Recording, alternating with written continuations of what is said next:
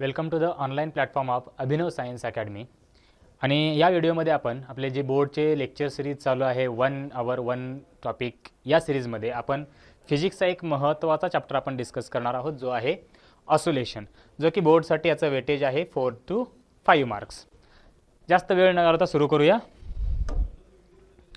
तर या टॉपिकमध्ये सुरुवातीला आहे periodic motion. What is periodic motion? सरळ सिंपल अर्थ आहे की या पिरियॉडिक यातलं जे पिरियड आहे, पिरियड म्हणजे काय, तर एक कंप्लीट करायला लागणारा टाईम. मग काय ते असू शकतं, ते एक सर्कल पूर्ण करायला लागणारा टाईम असेल तर त्याला आपण पिरियॉडिक मोशन म्हणतो. ते युनिफॉर्म सर्क्युलर मोशन पण पिरियॉडिक आहे. किंवा या टॉपिकमध्ये आपण बघणार आहोत एक ऑसोलेशन पूर्ण करायला लागणारा वेळ. म्हणजे कुठलीही मोशन जी ठराविक वेळेनंतर, फिक्स्ड टाईम नंतर, फिक्स्ड इंटरवल नंतर स्वतःला रिपीट करते, त्या मोशनला आपण काय म्हणणार आहोत, पिरियॉडिक मोशन. अशी कोणतीही मोशन जी ठराविक वेळेनंतर रिपीट होते त्याला आपण म्हणणार पिरियॉडिक मोशन. म्हणजे यात कोणते कोणते एक्झाम्पल येतात, तर युनिफॉर्म सर्क्युलर मोशन UCM ही पिरियॉडिक मोशन आहे. किंवा आत्ता आपण ह्या टॉपिकमध्ये जे शिकणार आहोत सिंपल हार्मोनिक मोशन, हे पण पिरियॉडिक मोशन आहे. याच्या व्यतिरिक्त पृथ्वीच्या स्वतःभोवती फिरणं पिरियॉडिक मोशन आहे. पृथ्वीच्या सूर्याभोवती फिरणं पिरियॉडिक मोशन आहे. तर अशा सगळ्या मोशन ज्या ठराविक वेळेनंतर, फिक्स्ड इंटरवल ऑफ टाईम नंतर त्याच पोझिशन, त्याच व्हॅल्यू काय करतायत, रिपीट करतायत, अशा सगळ्या मोशनला आपण काय म्हणणार आहोत, पिरियॉडिक मोशन. तर पिरियॉडिक मोशन समजलं असेल. याचे एक्झाम्पल पण झाले. पुढे आता oscillation. What is mean by oscillation? तर ऑसोलेशन म्हणजे काय, तर any to and fro motion, कुठलीही अशी मोशन जी कोणती आहे, टू आणि फ्रो मोशन. म्हणजेच to and fro motion means, समजा ही एक पोझिशन आहे ज्याला आपण ह्या टॉपिकमध्ये मीन पोझिशन म्हणणार आहोत. या पोझिशनपासून राईटला पार्टिकल चाललाय, पुन्हा तिथून माघारी येतोय मीन पोझिशनला, पुन्हा लेफ्टला जातोय आणि परत कुठे येतोय, मीन पोझिशनला. तर एवढ्या भागामध्ये तो जो पार्टिकल आहे तो काय करतोय, to and fro motion follow करतोय. म्हणजे त्याला व्हायब्रेशनल मोशन पण म्हणू शकतो आपण. तर हे आहे ऑसोलेशन. कुठलीही to and fro motion means oscillatory motion किंवा ऑसोलेशन. आता याच्यामध्ये एक्झाम्पल कोणते कोणते घेऊ शकतो आपण, तर हा झोका, आपण जो झोका खेळतो त्यातला हा जो झोका, त्याची मोशन पण म्हणजे स्विंग जे आहे ते पण कोणते, ऑसिलेटरी मोशन आहे. किंवा आपल्या शिलाई मशीनची जी सुई असते जे व्हर्टिकली अपडाऊन करते ते पण कोणती मोशन आहे, ऑसिलेटरी मोशन आहे. झोका म्हणजे सिंपल पेंड्युलम झाला. किंवा समजा एखाद्या स्प्रिंगला आपण काय केलं, इथे एक रिजिड सपोर्ट आहे, या रिजिड सपोर्टला एक स्प्रिंग अटॅच केली आणि स्प्रिंगच्या दुसऱ्या एंडला एक ब्लॉक अटॅच केला, ज्याचा ब्लॉकचा मास किती आहे, M. जस्ट ॲज्युम करा ह्या ब्लॉकला आपण असं पकडून आणि खाली ओढून सोडून दिलं.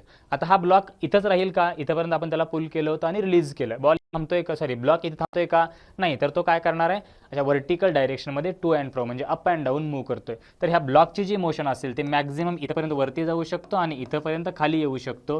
तर या भागामध्ये, एवढ्या जागामध्ये, एवढ्या रिजनमध्ये हा काय करतोय, ऑसोलेट करतोय, म्हणजेच टू अँड फ्रो मोशन करतोय. म्हणजेच कोणती मोशन आहे ती, तर ऑसोलेशन किंवा ऑसिलेटरी मोशन. अशी कुठलीही मोशन किंवा जे टू अँड फ्रो या फॉर्ममध्ये एखादा ऑब्जेक्ट टू अँड फ्रो मोशनमध्ये मूव्ह करतो त्याला म्हणायचं ऑसोलेशन.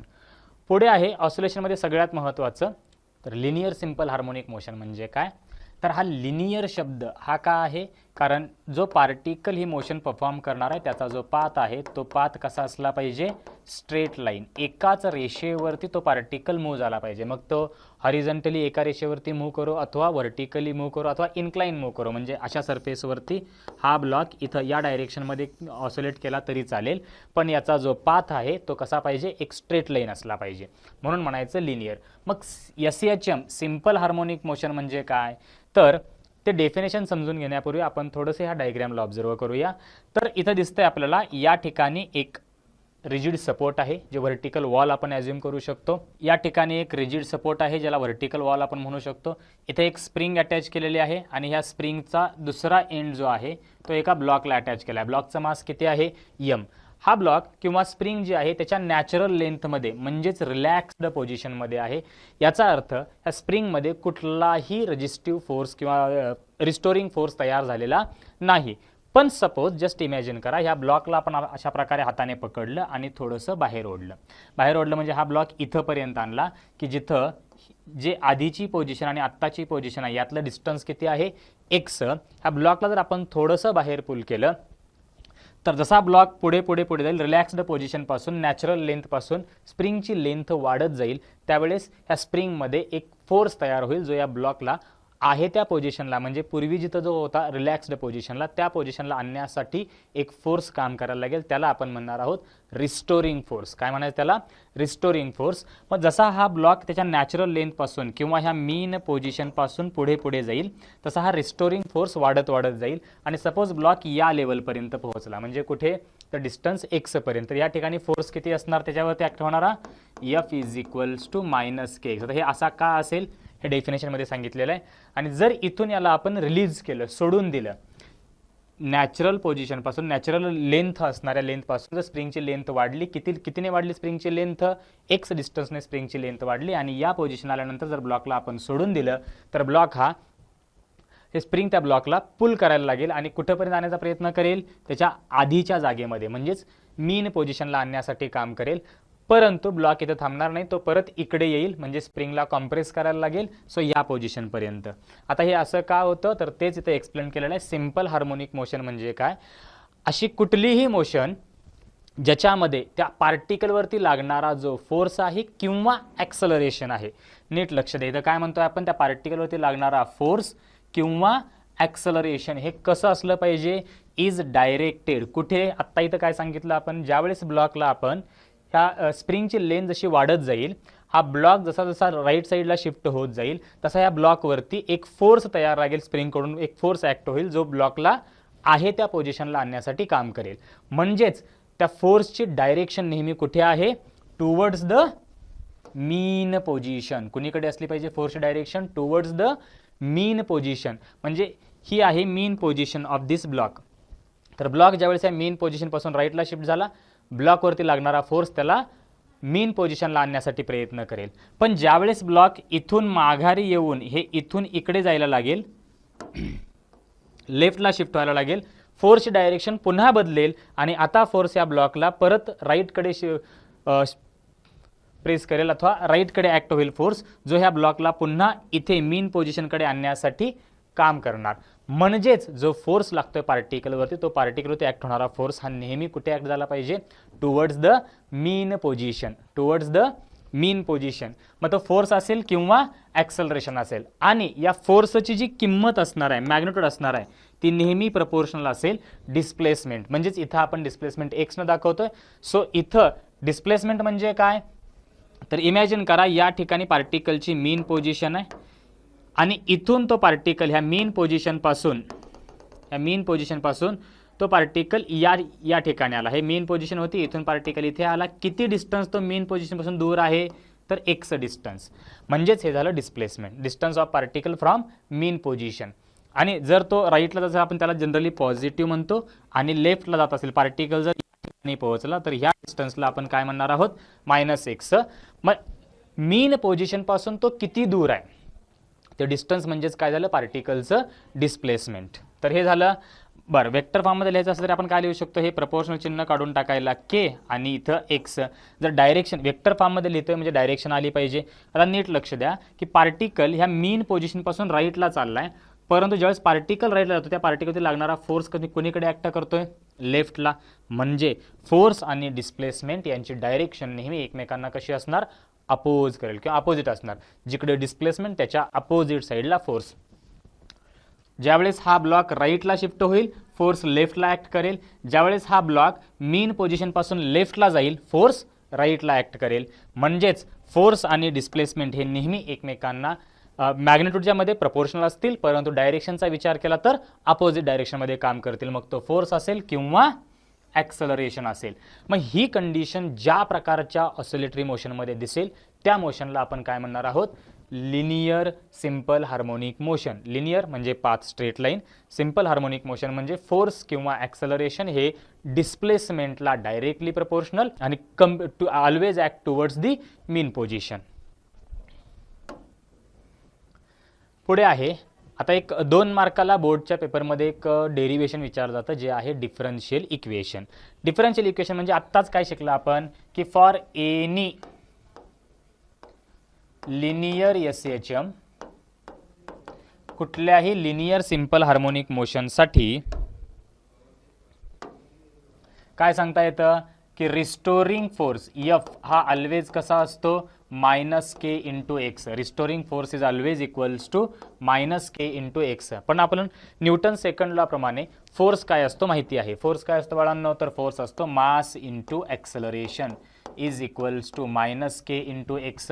हा जो एफ आहे या एफला आपण इथं काय म्हणणार, कसला फोर्स आहे हा, रिस्टोरिंग फोर्स. रिस्टोरिंग फोर्स का बरं, कारण आत्ता जसं आपण डेफिनेशनमध्ये बघितलं होतं, ज्यावेळेस ब्लॉक मीन पोझिशनपासून दूर जायला लागेल त्यावेळेस त्याला मीन पोझिशनकडे आणण्यासाठी काम करणारा फोर्स, म्हणजे त्याच्या आहे त्या पोझिशनला रिस्टोर करण्यासाठी काम करणारा फोर्स आहे, म्हणून त्याला आपण म्हणतो रिस्टोरिंग फोर्स. मग एफ हा आहे रिस्टोरिंग फोर्स. यात ए जे आहे स्मॉल ए ते असणार आहे ॲक्सेलरेशन आणि एक्स काय असणार, तर एक्स आहे displacement from the mean position. आता हे A is equals to minus K divide by M into X. ॲक्सेलरेशनला काय लिहिता आहे तरी बाळांनो, ॲक्सेलरेशन म्हणजे काय असणार आहे, d v divide by d t is equals to minus K divide by M into x. परंतु हे d divide by d t as it is ठेवूया आणि व्हेलॉसिटीला पुन्हा लिहिता येतं d x divide by d t, कारण आपल्याला 11th झालेल्या डेफिनेशन आहेत. व्हेलॉसिटी म्हणजे rate of change of displacement with respect to time आणि ॲक्सेलरेशन म्हणजे rate of change of velocity with respect to time, which is equals to minus K divide by M into x. आता d x by d टीचा derivative म्हणजेच आपण याला लिहू शकतो double derivative of displacement with respect to time is equals to minus K divide by M into x. याला थोडंसं आणखी ॲडजस्टमेंट जर केलं आपण तर लिहिता येतं d two x divide by d t square plus k divide by M into x which is equals to 0. म्हणजे इथं काय केलं वेळांनो, तर जे minus K divide by M into x आहे त्याला लेफ्ट साईडला शिफ्ट केलेला आहे, त्यामुळे ते फक्त मायनसची टर्म प्लस बनली. किंवा आपण आणखी एक याला प्रकार दाखवू शकतो की d two x divide by d t square plus omega square x is equals to 0. आता इथं आपण ॲझ्युम काय केलं आहे, तर ओमेगा स्क्वेअरला काय म्हणलेलं आहे इथं के डिवाइड बाय एम किंवा के इज इक्वल्स टू आपण म्हणू शकतो एम ओमेगा स्क्वेअर. तर ज्यावेळेस आपण पुढे चलून एक कॉन्सेप्ट होणार आहे आपल्याला की SHM is the projection of UCM, म्हणजे त्या ह्या कॉन्सेप्टमध्ये आपल्याला क्लिअर होईल की एखादा पार्टिकल युनिफॉर्म सर्क्युलर मोशनमध्ये फिरत असताना त्याचं जे प्रोजेक्शन आहे ते ऑसिलेटरी मोशन परफॉर्म करतं आणि त्या रिलेशननुसार आपल्याला इथं ओमेगा का आलं हे कळेल. पण ओमेगाला आपण सध्या तरी काय म्हणणार आहोत, अँग्युलर फ्रिक्वेन्सी. ओमेगाला काय म्हणणार आहोत आपण, अँग्युलर फ्रिक्वेन्सी. तर हे झालं डिफरन्शियल इक्वेशन फॉर SHM. पण हे सध्या आपण कोणत्या ऑसिलेशनसाठी काढलंय, लिनियर सिम्पल हार्मोनिक मोशनसाठीचं हे डिफरन्शियल इक्वेशन आहे. आपण डिफरन्शियल इक्वेशन शिकलेलं आहे, पण त्या डिफरन्शियल इक्वेशनचा वापर करून आपल्याला पार्टिकलचे व्हेलॉसिटी काय असेल, ॲक्सेलरेशन काय असेल, डिस्प्लेसमेंट किती असेल, बरं ते कोणत्या पोझिशनला काय असेल, ह्या सगळ्या गोष्टी समजून घेण्यापूर्वी आपल्याला काही आणखी गोष्टी समजून घेणं गरजेचं आहे, ज्या की आहेत समजा इथं आपण जे डायग्राम ड्रॉ करणार आहेत ही एक स्ट्रेट लाईन आपण ड्रॉ करूया. जी स्ट्रेट लाईन आहे, ही जी स्ट्रेट लाईन आहे ते आहे आपली मीन पोझिशन, म्हणजे पार्टिकलसाठी असणारी मीन पोझिशन. इथं जी स्ट्रेट लाईन आहे त्याला आपण म्हणूया एक्स्ट्रीम पोझिशन. पण ह्याला एक्स्ट्रीम पोझिशन कोणती असणार, ही पॉझिटिव्ह एक्स्ट्रीम. आणि एवढ्याच डिस्टन्सवरती पाठीमागे या ठिकाणी असणार एक्स्ट्रीम पोझिशन, पण कोणती, निगेटिव्ह एक्स्ट्रीम पोझिशन. आता इथं निगेटिव्ह आणि पॉझिटिव्ह काय म्हणतोय आपण, इमॅजिन करा आपण ज्यावेळेस एखाद्या पेंड्युलमला ऑब्झर्व करतो, अशा टाईपचं एक पेंड्युलम आहे, हे पेंड्युलमची मीन पोझिशन. पण ज्यावेळेस आपण याला इकडे ओढून सोडून देऊ तर पेंड्युलम अशा प्रकारे व्हायब्रेट करायला लागतो, म्हणजे अशा प्रकारे तो मूव्ह करायला लागतो. ह्या पेंड्युलमची मोशन म्हणजे काय सांगितलं आपण, ऑसिलेटरी मोशन आहे. मग या पेंड्युलमची इथली पोझिशन म्हणजे मीन पोझिशन. ज्यावेळेस तो इथं जाईल, या पॉईंटला जाईल, हे जाईल त्याची एक्स्ट्रीम पोझिशन, परंतु पॉझिटिव्ह साईडला, आणि परत इकडून तो माघारी अशा प्रकारे इथं पोहोचेल, ही त्याची निगेटिव्ह एक्स्ट्रीम पोझिशन. आणि परत तो निगेटिव्ह एक्स्ट्रीमपासून कुठे येईल, मीन पोझिशनला. तर एक ऑसिलेशन पूर्ण झालं, आपण असं कधी म्हणणार, सुरुवात मीनपासून झाली, जाणार पॉझिटिव्ह एक्स्ट्रीमला, पुन्हा मीन, इथे झालं अर्ध ऑसिलेशन, पुन्हा निगेटिव्ह एक्स्ट्रीम, आणि नंतर मीनला आल्यानंतर आपण म्हणणार एक ऑसिलेशन पूर्ण झालं. म्हणजे आता आपल्याला हे सगळं कशासाठी, तर जसे लिनियर सिम्पल हार्मोनिक मोशनमध्ये काय सांगितलं आपण की पाथ हा फक्त स्ट्रेट लाईन असला पाहिजे, इथं सुद्धा ॲक्च्युअल पाथ स्ट्रेट लाईनच आहे, फक्त आपल्याला तो कॉन्सेप्ट कळावा यासाठी आपण ड्रॉ करताना थोडंसं वेगळ्या प्रकारे ड्रॉ करणार की सुरुवात इथून करेल, तो पहिल्यांदा पोहोचला मीन पोझिशनपासून एक्स्ट्रीमला. आता एक्स्ट्रीमपासून प्रत्यक्षात जो पार्टिकल मूव्ह करतोय तो त्याच मार्गाने परत रिव्हर्स चाललाय, परंतु आपल्याला व्हॅल्यू ठेवता येण्यासाठी आपण थोडीशी ॲडजस्टमेंट करतो. याची डायरेक्शन जी आहे किंवा पाथ जो आहे थोडा साईडला ड्रॉ करतोय. पार्टिकल ॲक्च्युअलमध्ये असा फिरत नाही. पुन्हा सांगतोय, पार्टिकल ज्या मार्गाने पुढे गेलाय त्याच मार्गाने वापस येणार, पण आपल्याला व्हॅल्यूज ठेवता येण्यासाठी ते कळण्यासाठी आपण थोडा पाथ वेगळा ड्रॉ करतोय. म्हणजे काय, तर इथं असताना पार्टिकल स्टार्ट झाला इथून, म्हणजे इथं त्याचा टाईम असणार 0 आणि ज्यावेळेस पार्टिकल इथं पोहोचेल यावेळेस टाईम असणार t. मग व्हॉट इज t? तर t आहे टाईम पिरियड. आता टाईम पिरियड म्हणजे काय असतं, तर सर्क्युलर मोशनमध्ये पण आपण बघतो टाईम पिरियड म्हणजे काय, तर एक सर्कल पूर्ण करायला लागणारा वेळ म्हणजे टाईम पिरियड. मग इथं सर्कल तर नाही आहे, इथं कोणती मोशन आहे, ऑसिलेटरी मोशन. मग एक ऑसिलेशन पूर्ण होण्यासाठी लागणारा टाईम म्हणजेच टाईम पिरियड ऑफ ऑसिलेशन किंवा पिरियडिक टाईम. म्हणजे डेफिनेशन कशी करणार, time required to complete one oscillation is called time period और पिरियडिक टाइम ऑफ ऑसिलेशन. मग तो दाखवणार कसा, की इथून सुरुवात झाली, इथून तो पहिल्या मीन पोझिशन पासून तो पॉझिटिव्ह एक्स्ट्रीमला पोहोचला, पॉझिटिव्ह एक्स्ट्रीम कडून पुन्हा मीन पोझिशनला आला, मीन कडून पुन्हा निगेटिव्ह एक्स्ट्रीम पोझिशनला, निगेटिव्ह एक्स्ट्रीम कडून परत मीन पोझिशनला आला. एक ऑसिलेशन पूर्ण झालं आणि एक ऑसिलेशन पूर्ण होण्यासाठी लागणारा टाइम आपण काय घेतलाय, कॅपिटल टी. मग आता याचे टाइम इतर ज्यावेळेस तो सुरुवात मीन पासून झालाय आणि पॉझिटिव्ह एक्स्ट्रीमला पोहोचेल यावेळेस त्याचा टाइम किती असणार, t/4. ज्यावेळेस तो पॉझिटिव्ह एक्स्ट्रीम पासून इथं परत मीनला आला यावेळेस त्याचा टाइम पिरियड असणार, सॉरी टाइम रिक्वायर्ड असणार t/2. इथून तो परत निगेटिव्ह एक्स्ट्रीमला पोहोचल्यानंतर याचा टाइम असेल 3t/4 आणि ज्यावेळेस तो परत मीनला पोहोचेल एक ऑसिलेशन पूर्ण झालं, म्हणजे एक ऑसिलेशन पूर्ण करायला लागणारा वेळ टाइम पिरियड, म्हणून इथं कॅपिटल टी. आता इथं मीन पोझिशन पासून तो किती दूर चाललाय, म्हणजे तो वाटेत कुठतरी या ठिकाणी आहे, तर हे डिस्टन्स आपण कशाने दाखवतो, x, त्याला म्हणतो आपण डिस्प्लेसमेंट.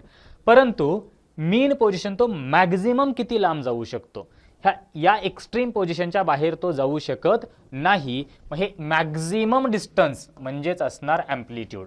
सो इथं ए काय असणार बाळांनो, एला आपण म्हणणार आहोत ॲम्प्लिट्यूड. आणि डिफाईन कसं करणार ॲम्प्लिट्यूड, तर मॅक्झिमम डिस्प्लेसमेंट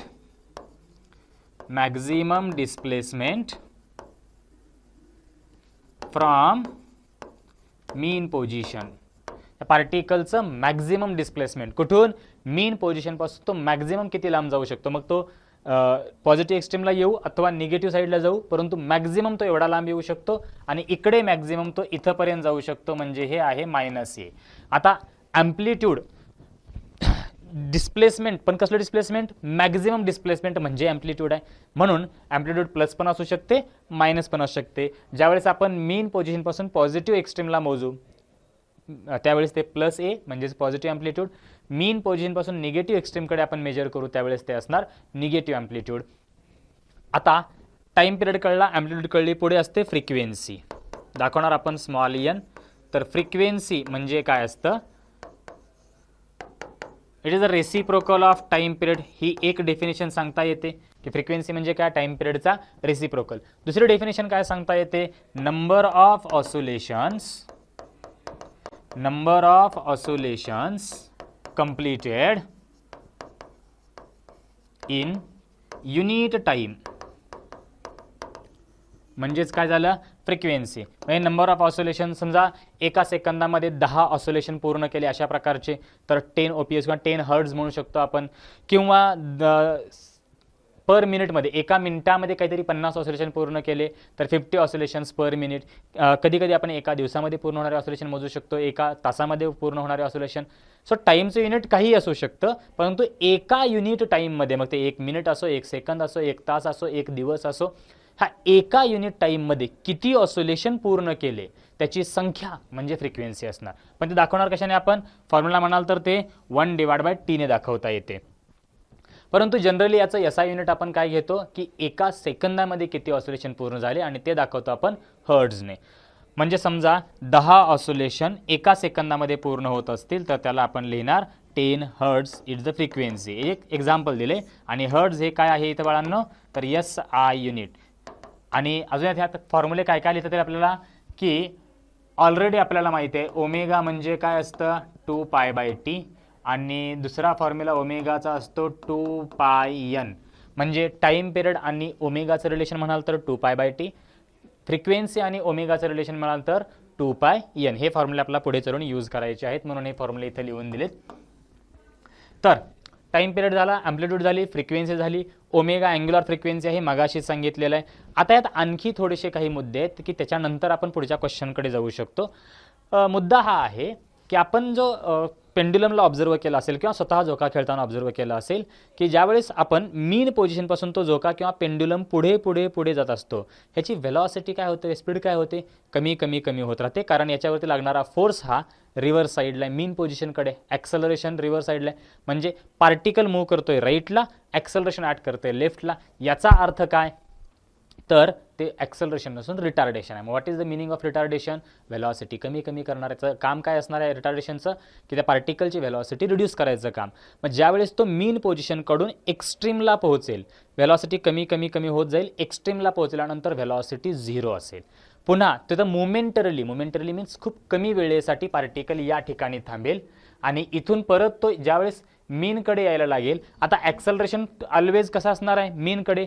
पार्टिकल इकडे मूव्ह करतोय, ॲक्सलरेशन इकडेच आहे, म्हणजे आता त्याची व्हेलॉसिटी वाढत वाढत जाईल आणि या ठिकाणी आल्यानंतर त्याची व्हेलॉसिटी मॅक्झिमम असेल. कोणत्या पोझिशनला, मीन पोझिशनला व्हेलॉसिटी मॅक्झिमम असेल.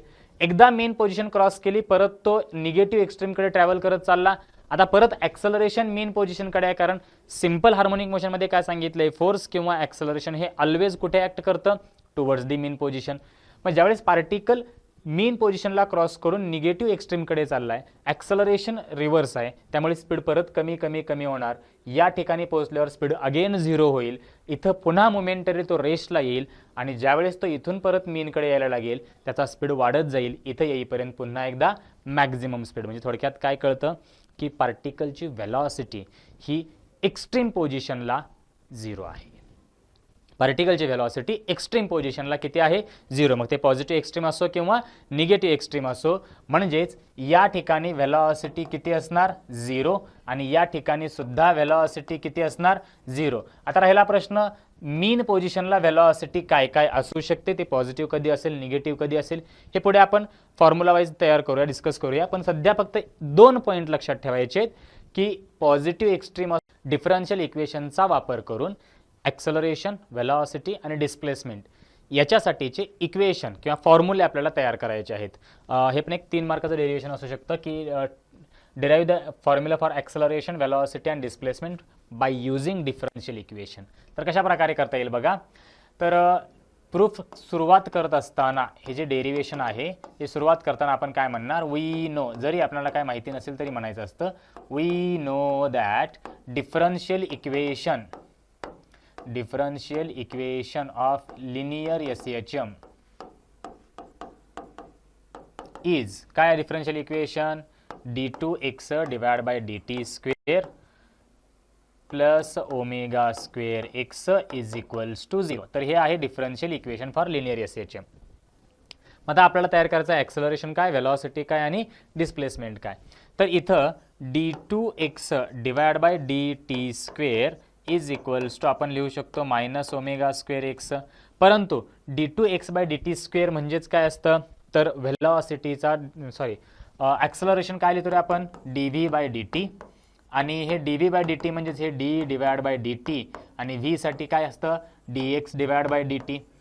म्हणजेच ॲक्सलरेशन इज इक्वल्स टू काय येतं indirectly d2x upon dt square. त्यामुळे d2x अपॉन dt स्क्वेअर इथं डायरेक्टली आपण काय लिहिणार, acceleration of the particle is equals to minus omega square x. तर तयार करा म्हणलं तर ॲक्सलरेशनसाठी इक्वेशन फॉर्म्युला तयार केला. ओके, सो ॲक्सलरेशन आलं मायनस ओमेगा स्क्वेअर एक्स. आता ॲक्सलरेशन मॅक्झिमम कधी, मिनिमम कधी हे आपण पुढे चलून डिस्कस करूया की व्हेलॉसिटी, डिस्प्लेसमेंट आणि ॲक्सलरेशन याच्या मॅक्झिमम व्हॅल्यू आणि मिनिमम व्हॅल्यू कशा कॅल्क्युलेट करायच्या. सध्या फक्त आपण जनरल फॉर्म्युला तयार करतोय, पहिल्यांदा ॲक्सलरेशनसाठी नंतर व्हेलॉसिटीसाठी. हा ॲक्सलरेशनचा फॉर्म्युला तयार झाला. आता पुढे कोण असणार आहे, व्हेलॉसिटी. त्यावेळेस आपण काय करणार, तर ॲक्सलरेशनला लिहिता येतं d v divide by d t is equals to minus omega square x. परंतु इथं एक्स आहे आणि इथं चेंज आहे टाईमसाठी. मग इथं ॲडजस्ट काय करणार आपण, तर D v divide by d T याला मल्टिप्लाय आणि डिवाइड करायचं आहे डी एक्स आणि डी एक्सने. म्हणजे मल्टिप्लाय पण डी एक्सने केलं, डिवाइडसुद्धा डी एक्सने केलं आणि is equals to minus omega square x. पुढे काय करता येईल, तर d x by d t म्हणजे नीट बघा हा सर्कल केलेला किंवा हा एवढा जो पार्ट आहे d x by d t. D x काय असतं, एक्स काय डिस्प्लेसमेंट, टी आहे time. D x by d t rate of change of displacement with respect to time म्हणजे काय असणार ते व्हेलॉसिटी. म्हणजेच इक्वेशन काय बनेल इथं, तर हे d v divide by d t जे शिल्लक राहिले d v divide by d x आणि त्याला multiply d x by d टीसाठी v which is equals to minus omega square x. आता ॲडजस्टमेंट काय करणार, हे व्हीला मल्टिप्लाय डी व्ही ठेवणार मायनस ओमेगा स्क्वेअर एक्स आणि डी एक्स इकडे टाकून देणार, आपण राईट साईडला शिफ्ट करणार. आता याचं इंटिग्रेशन घेऊया की taking integration on both sides म्हणजेच integration of v d v is equals to minus omega square constant आहे integration of x d x. जर इंटिग्रेशन सॉल्व केले तर इथं काय काय येतं, व्हीचं इंटिग्रेशन येणार v square divide by 2 is equals to minus omega square. एक्सचं इंटिग्रेशन असणार एक्स स्क्वेअर डिवाइड बाय 2, परंतु आपण लिमिट लिहिले नव्हते म्हणून इथं कॉन्स्टंट घेणार प्लस सी. सी काय आहे, कॉन्स्टंट ऑफ इंटिग्रेशन. तुम्हाला बोर्डला लिहिताना तर सांगावं लागेल where c is the constant of integration. आता सीची व्हॅल्यू कॅल्क्युलेट करण्यासाठी आपण काय करणार आहोत बघा, तर ॲट एक्स्ट्रीम पोझिशन, कोणत्या पोझिशनला, एक्स्ट्रीम पोझिशन. ॲज्युम करा पॉझिटिव्ह एक्स्ट्रीमला म्हणतोय आपण आणि मग अशी सांगितलं होतं पॉझिटिव्ह एक्स्ट्रीम पोझिशनला काय काय असतं. सो पॉझिटिव्ह एक्स्ट्रीम पोझिशनला व्हेलॉसिटी किती असणार आहे पार्टिकलची 0 आणि डिस्प्लेसमेंट किती असणार आहे ए आणि जर टाईम विचारतं किती असणार T/4. मग त्या व्हॅल्यू इथं ठेवूया आपण की पॉझिटिव्ह एक्स्ट्रीमला at positive extreme position displacement किती असतं ए आणि व्हेलॉसिटी किती असते 0. हे कशासाठी, तर लेट्स से आपण ॲक्सलरेशनच्या इक्वेशनला इक्वेशन 1 म्हणूया. आत्ता जे इक्वेशन तयार केले त्याला इक्वेशन नंबर 2. आपल्याला कॅल्क्युलेट करायचं आहे व्हेलॉसिटीसाठी जनरल इक्वेशन, परंतु ह्या इक्वेशनमध्ये कॉन्स्टंट आलेलं आहे सी आलेलं आहे. सो ते सी रिमूव्ह करायचं आहे आपल्याला, कॉन्स्टंट टर्म नाही, जनरल इक्वेशन तयार झालं पाहिजे. त्यासाठी आपण हा बदल करतोय की एक सिच्युएशन ॲज्युम केली की पार्टिकल कुठे आहे एक्स्ट्रीम पोझिशनला, त्यावेळेस पार्टिकलचं displacement from mean position plus A असणार आणि व्हेलॉसिटी किती असणार 0.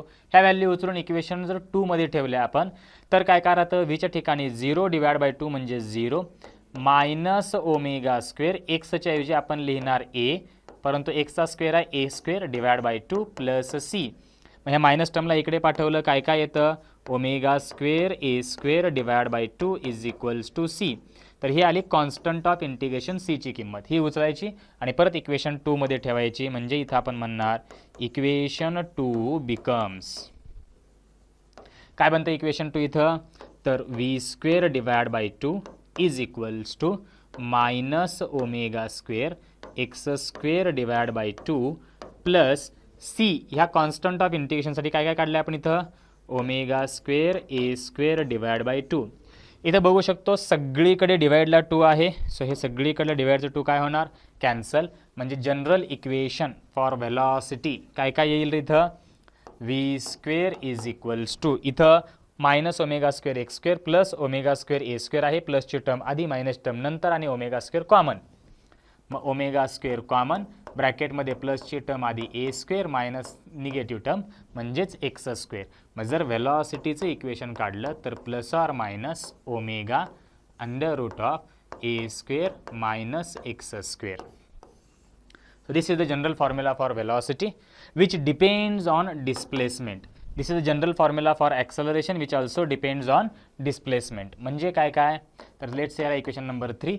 आता आपण व्हेलॉसिटी आणि ॲक्सलरेशनचे जे फॉर्म्युले तयार केलेत, ॲक्सलरेशन पण कशानुसार बदलतं इथं की पार्टिकलचं डिस्प्लेसमेंट किती आहे आणि इथं व्हेलॉसिटीचा पण फॉर्म्युला त्यावरच डिपेंड करतो की पार्टिकलचं डिस्प्लेसमेंट किती आहे, कुठून मेन पोझिशनपासून पार्टिकल किती डिस्प्लेस केलं आहे त्यावरती ॲक्सलरेशन आणि व्हेलॉसिटी डिपेंड करतायत.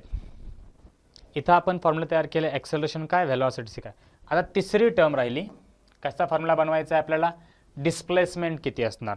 General equation for displacement. ते तयार करण्यासाठी आधी आपण व्हेलॉसिटीचं जनरल इक्वेशन लिहून घेऊया. आत्ता तयार केलेलं v is equals to omega under root of A square minus x square. आता व्हेलॉसिटीला लिहिता येतं बाळांनो dx divide by dt which is equals to omega under root of A square minus x square. नीट लक्ष द्या, इथं dx आहे आणि या ठिकाणी x आहे. सो x आणि dxच्या टर्म एका साईडला घ्या. काय काय राहतं इथं 1 divide by under root of A square minus x square into d x is equals to इथं आता फक्त ओमेगा इंटू डी टी. काय राहिलं omega into d t. Again taking integration on both sides. So 1 divide by integration of 1 divide by under root of A square minus x square d x is equals to omega is constant integration of d t. 1 divide by a square minus x स्क्वेअरचं integration असतं sine inverse of x divide by a is equals to omega 1 into d टीचं integration असणार t आणि constant of integration आपण इथं घेऊया five. मगाशी आपण कॉन्स्टंट ऑफ इंटिग्रेशन सी घेतला होता, इथं काय कन्सिडर करायचं आहे फाय. सो इथं x divide by a is equals to काय बनणार आहे, हे आहे साइन इनवर्स एक्स बाय. आपल्याला फक्त एक्स बाय लिहायचं आहे म्हणजे साईनला राईट साईडला शिफ्ट करणार. So sine of omega T plus phi किंवा डिस्प्लेसमेंटसाठी general equation x is equals to डिवाइडचं ए मल्टिप्लाय होणार A sine omega T plus phi. So this is the general equation for displacement. परंतु हे डिस्प्लेसमेंटचं equation कशावर depend करतं आहे, टाईमवरती. आणि इथं जर बघितलं आपण आता व्हेलॉसिटी डिपेंड करते डिस्प्लेसमेंटवरती, ॲक्सेलरेशन डिपेंड करतं डिस्प्लेसमेंटवरती आणि आत्ता तयार केलेला फॉर्म्युला डिस्प्लेसमेंटचा ते कशावर डिपेंड करतं, टाईमवरती. मग आता आपल्याला काय करायचं आहे की अगेन ह्या डिस्प्लेसमेंटचा वापर करून व्हेलॉसिटी आणि ॲक्सेलरेशनचे असे दोन फॉर्म्युले बनवायचे जे टाईम डिपेंडंट असतील. याच्या आधीचे दोन फॉर्म्युले ॲक्सेलरेशन किंवा व्हेलॉसिटीचे कसे आहेत, डिस्प्लेसमेंट डिपेंडंट आहेत. आता तयार करायचे टाईम डिपेंडंट. मग टाईम डिपेंडंट फॉर्म्युला तयार करण्यासाठी डिस्प्लेसमेंट आपल्याकडे आहे. जर आपल्याला व्हेलॉसिटीचा फॉर्म्युला बनवायचा असेल जो टाईमवर डिपेंड करेल तर त्यासाठी आपण लिहिणार v is equals to d x divide by d t. म्हणजेच या इक्वेशनचा डेरिव्हेटिव्ह. आता याचा डेरिव्हेटिव्ह घेताना एक कसली टर्म आहे, कॉन्स्टंट आहे. साईनचा डेरिव्हेटिव्ह आपण लिहिणार cos omega T plus phi into omega. का बरं आलं, जर फक्त साइन टी असतं तर आपण उत्तर लिहिलं असतं कॉस टी. पण इथं साइन ए एक्स प्लस बी या फॉर्ममध्ये आहे. एक्सच्या ऐवजी टी आहे, एच्या ऐवजी ओमेगा आहे, बीच्या ऐवजी फाय आहे. त्यामुळे sine of A x plus बीचं डेरिव्हेटिव्ह येतो A into cos of A x plus b. त्या रूलप्रमाणे आपण व्हेलॉसिटीसाठी जनरल इक्वेशन बनवलं A omega cos omega T plus phi. आणि ॲक्सेलरेशनसाठी फॉर्म्युला बनवायचा असेल जो टाईमवर डिपेंड करेल तर त्यासाठी आपण ए इज इक्वल्स टू घेणार d v divide by d t. म्हणजेच याचा डेरिव्हेटिव्ह हे A as it is, omega constant आहे ॲज इट इज, कॉसचा डेरिव्हेटिव्ह असतो minus sine omega T plus phi. परंतु अगेन कॉस टी असतं उत्तर फक्त मायनस साइन टी आलं असतं. इथं आहे cos omega T plus phi, त्यामुळे sine omega T plus phi into omega, आणखी एक ओमेगा ह्या आहे त्या ओमेगाला येऊन मल्टिप्लाय होईल. So final equation for acceleration काय आलं, मायनस ए omega square cos omega T plus phi. तर हे झाले डिफरन्शियल इक्वेशनचा वापर करून ॲक्सेलरेशन, व्हेलॉसिटी, डिस्प्लेसमेंटचे फॉर्म्युले, जे की व्हेलॉसिटी आणि ॲक्सेलरेशनचे ते पण फॉर्म्युले तयार केले जे डिस्प्लेसमेंटवर डिपेंड करतात किंवा टाईमवर डिपेंड करतात. तर आता बघूया extreme values of displacement, velocity and acceleration. Extreme value म्हणजेच काय की ते मीन पोझिशन किंवा एक्स्ट्रीम पोझिशनला असताना प्रत्येकाची व्हॅल्यू काय काय असेल. सो पहिल्यांदा बघूया डिस्प्लेसमेंट. डिस्प्लेसमेंट काय घेतलं आहे आपण, जनरल इक्वेशन आहे x is equals to a sine omega T plus phi. आता ज्यावेळेस ते मीन पोझिशनला असतील, ॲट मीन पोझिशन डिस्प्लेसमेंट किती असणार, 0. कारण डिस्प्लेसमेंट म्हणजे काय, ते मीन पोझिशनपासून किती दूर आहे ते डिस्टन्स. तो मीन पोझिशनला असेल तर डिस्प्लेसमेंट 0 असेल. आणि ॲट एक्स्ट्रीम पोझिशन डिस्प्लेसमेंट किती असतं, प्लस ऑर मायनस ए. म्हणजे पॉझिटिव्ह एक्स्ट्रीम पोझिशनला असेल तर प्लस ए, निगेटिव्ह साईडला असेल तर मायनस ए. हे झालं डिस्प्लेसमेंटसाठी. दुसरं कोण आहे, व्हेलॉसिटी. सो पहिल्यांदा आपण इथं सगळ्या व्हॅल्यू लिहिल्या डिस्प्लेसमेंटसाठी. आता घेऊया व्हेलॉसिटीसाठी. व्हेलॉसिटीचं जनरल इक्वेशन काय सांगितलं आपण, v omega under root of A square minus x square. तर ॲट एक्स्ट्रीम पोझिशनचा विचार केला, मग आपण पॉझिटिव्ह एक्स्ट्रीमचा विचार करूया की एक्सच्या जागी आपण काय ठेवणार, प्लस ए. पॉझिटिव्ह एक्स्ट्रीमला घ्या, निगेटिव्ह एक्स्ट्रीमला घ्या. एक्सच्या ऐवजी आपण ठेवणार ए. एक्स म्हणजे डिस्प्लेसमेंट, परंतु एक्स्ट्रीम पोझिशनला पार्टिकलचं डिस्प्लेसमेंट किती असणार, ॲम्प्लिट्यूड इतकं, म्हणजेच मॅक्झिमम डिस्प्लेसमेंट. त्यामुळे व्हेलॉसिटीची व्हॅल्यू बनणार omega under root of A square minus एक्सच्या ऐवजी ए ठेवा, त्याचा पण स्क्वेअर ए स्क्वेअर. सो व्हेलॉसिटी किती असणार, 0. सो एक्स्ट्रीम पोझिशनला व्हेलॉसिटी किती असणार, 0. निगेटिव्ह एक्स्ट्रीमला जरी ठेवलात तरी तेच असणार आहे. आणि राहिला प्रश्न व्हेलॉसिटी मीन पोझिशनसाठी. ॲट मीन पोझिशन एक्सची व्हॅल्यू 0 असेल, therefore velocity omega under root of A square minus 0 square, म्हणजेच व्ही इज इक्वल्स टू काय मिळणार, ए ओमेगा. इथं आपण फक्त मॅग्निट्यूड काढलेले, तर स्क्वेअर रूट घेतलं, square root plus or minus, so velocity plus किंवा मायनस ए ओमेगा इथं मिळू शकते. राहिला प्रश्न डिस्प्लेसमेंट झालं, व्हेलॉसिटी झालं, आता शेवटी कोण आहे, ॲक्सलरेशन. तर याचं जनरल इक्वेशन आपण घेतलं होतं, A is equals to minus omega square x. मग इथं ॲट मीन पोझिशनचा विचार केला, एक्सच्या जागी 0 ठेवणार, so acceleration at mean position किती असणार, 0. आणि ॲट एक्स्ट्रीम पोझिशनचा विचार केला तर एक्सच्या ऐवजी ए असणार, म्हणजे ॲक्सलरेशन असेल मायनस ओमेगा स्क्वेअर ए. जे एक्स्ट्रीम पोझिशन त्याला मॅक्झिमम ॲक्सलरेशन म्हणूया, जे मीन पोझिशनला असेल त्याला मिनिमम ॲक्सलरेशन. व्हेलॉसिटी मात्र एक्स्ट्रीम पोझिशनला मिनिमम म्हणजे 0 असणार आणि मीन पोझिशनला मॅक्झिमम म्हणजेच ए ओमेगा असणार. सो आता बघूया graphical representation of SHM.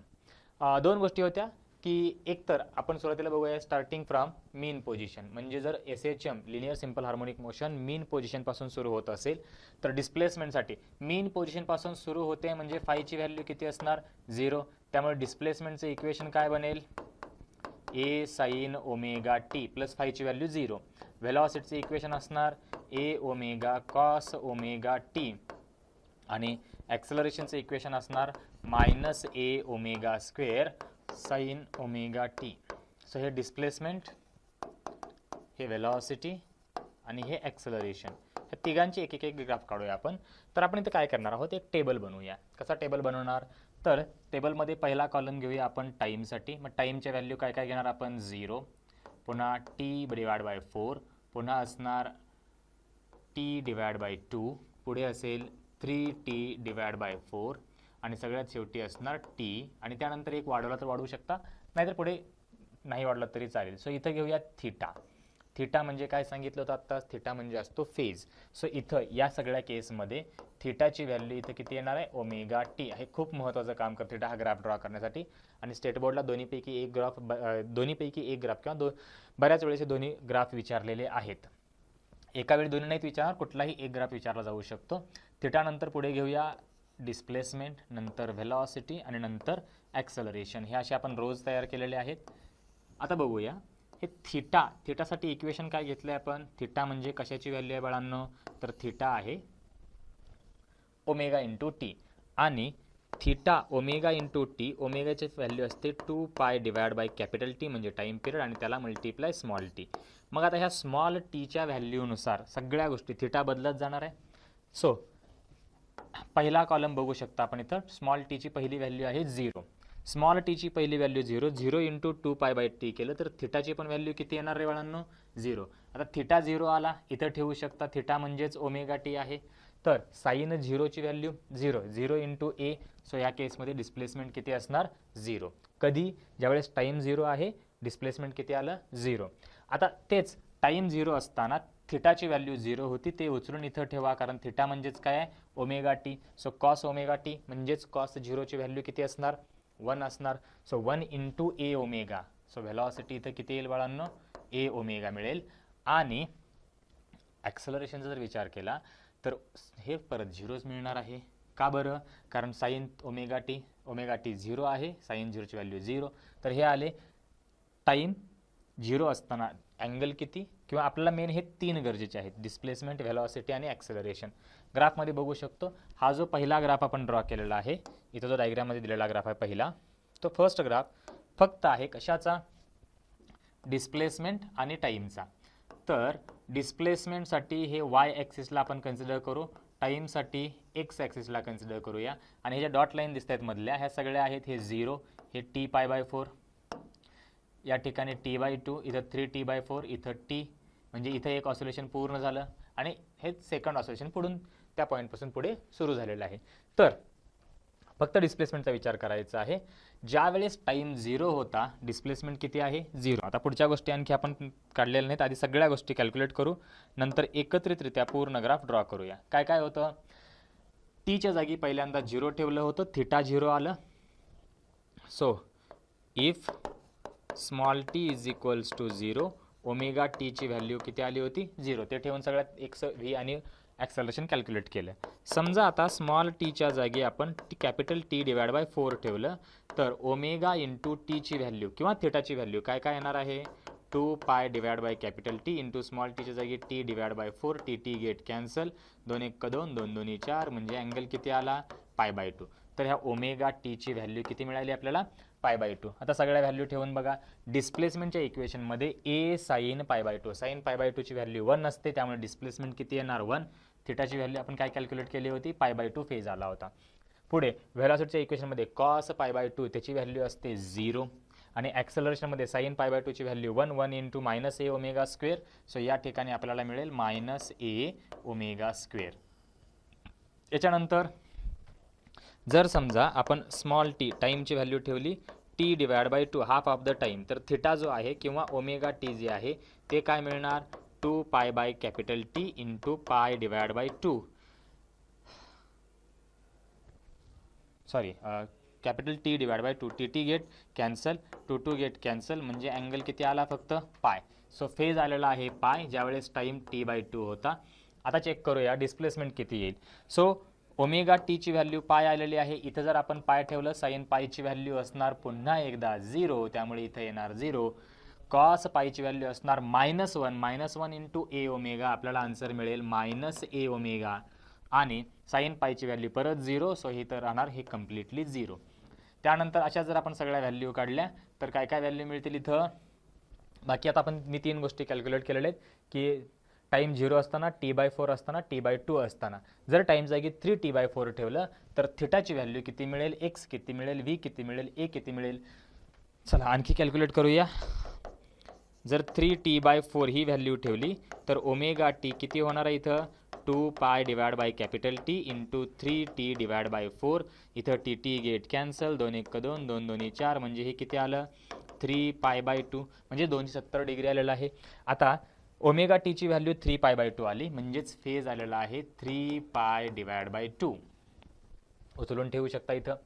Sign 3π/2 ची व्हॅल्यू -1, त्यामुळे एक्सची व्हॅल्यू येणार, सॉरी इथं -1च्या ऐवजी आपण प्लस ए किंवा इथं -a, म्हणजे मॅक्झिमम इथं इक्वेशन ए आहे. सो साइन ओमेगा टी ज्यावेळेस π/2 होतं 1 इंटू ए, परंतु साइन 3π/2 -1 इंटू ए -a, म्हणजे इथं डिस्प्लेसमेंट मॅक्झिमम असेल पण निगेटिव्ह साईडला असेल. सो व्हेलॉसिटीची व्हॅल्यू इथं 0 येणार आणि हे येणार प्लस ए ओमेगा स्क्वेअर. आणि सगळ्यात शेवटी आहे टी. एक टाईम कंप्लीट झाल्यानंतर थिटाची व्हॅल्यू येणार, फेज जो आहे तो येणार 2 पाय, डिस्प्लेसमेंट किती मिळणार 0, व्हेलॉसिटी किती मिळणार पुन्हा एकदा ए ओमेगा, आणि ॲक्सेलरेशन किती मिळणार बाळांनो 0. तर हे सगळं हा जो टेबल आहे त्या टेबलच्या मदतीने आपण हा ग्राफ ड्रॉ केला आहे. तर ग्राफमध्ये बघू शकता पहिल्यांदा फक्त टाईम आणि डिस्प्लेसमेंटचा विचार करूया. टाईम आणि डिस्प्लेसमेंटचा विचार. सो इकडे displacement maximum positive displacement plus A, maximum positive displacement असणार इथं प्लस ए, आणि मॅक्झिमम निगेटिव्ह डिस्प्लेसमेंट असणार -a. सो हे डॉट लाईन -a साठी आहे, हे प्लस ए साठी ही लाईन आहे. तर जर विचार केला ज्यावेळेस टाईम 0 होता डिस्प्लेसमेंट किती आहे रे, टाईम 0 असताना डिस्प्लेसमेंट 0 आहे, म्हणून ग्राफची सुरुवात इथून झाली. टाईम ज्यावेळेस t/4 त्यावेळेस डिस्प्लेसमेंट आहे प्लस ए, म्हणून पॉझिटिव्ह एचा पॉईंट आला. नंतर टाईम t/2 असताना डिस्प्लेसमेंट अगेन 0, इथं बघू शकता -a 0, सो -a 0. आपण इथंपर्यंत टेबलमध्ये बनवले, याच्या पुढचं तुम्ही इथे एक कॉलम वाढला तर तुम्हाला या पण व्हॅल्यू आणि या पण व्हॅल्यू मिळून जातील. तर हे झाला ग्राफ कोणाचा, डिस्प्लेसमेंट वर्सेस टाईमचा. तसंच आता जर आपण हे डिस्प्लेसमेंट टाईम आणि व्हेलॉसिटी ह्या दोघांसाठी जर ग्राफ काढला, आपण कोणाकोणासाठी म्हणतो आपण टाईम आणि व्हेलॉसिटीसाठी, ह्या दोघांसाठी जर ग्राफ ड्रॉ केला तर व्हेलॉसिटीची मॅक्झिमम व्हॅल्यू काय असणार प्लस ए ओमेगा किंवा -a omega. So velocity vector quantity त्यामुळे प्लस किंवा मायनस येऊ शकतं. So positive maximum value plus A omega, negative maximum value काय असणार मायनस ए ओमेगा.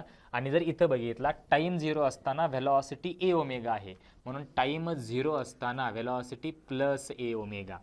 टाईम t/4 असताना व्हेलॉसिटी आहे 0, टाईम t/4 असताना व्हेलॉसिटी 0, त्यामुळे इथं 0. टाईम t/2 असताना व्हेलॉसिटी मायनस ए ओमेगा, म्हणून हा ग्राफ अशा प्रकारे आपण कनेक्ट केला आणि ह्याच व्हॅल्यू फक्त पुढे वाढवत गेलो आपण.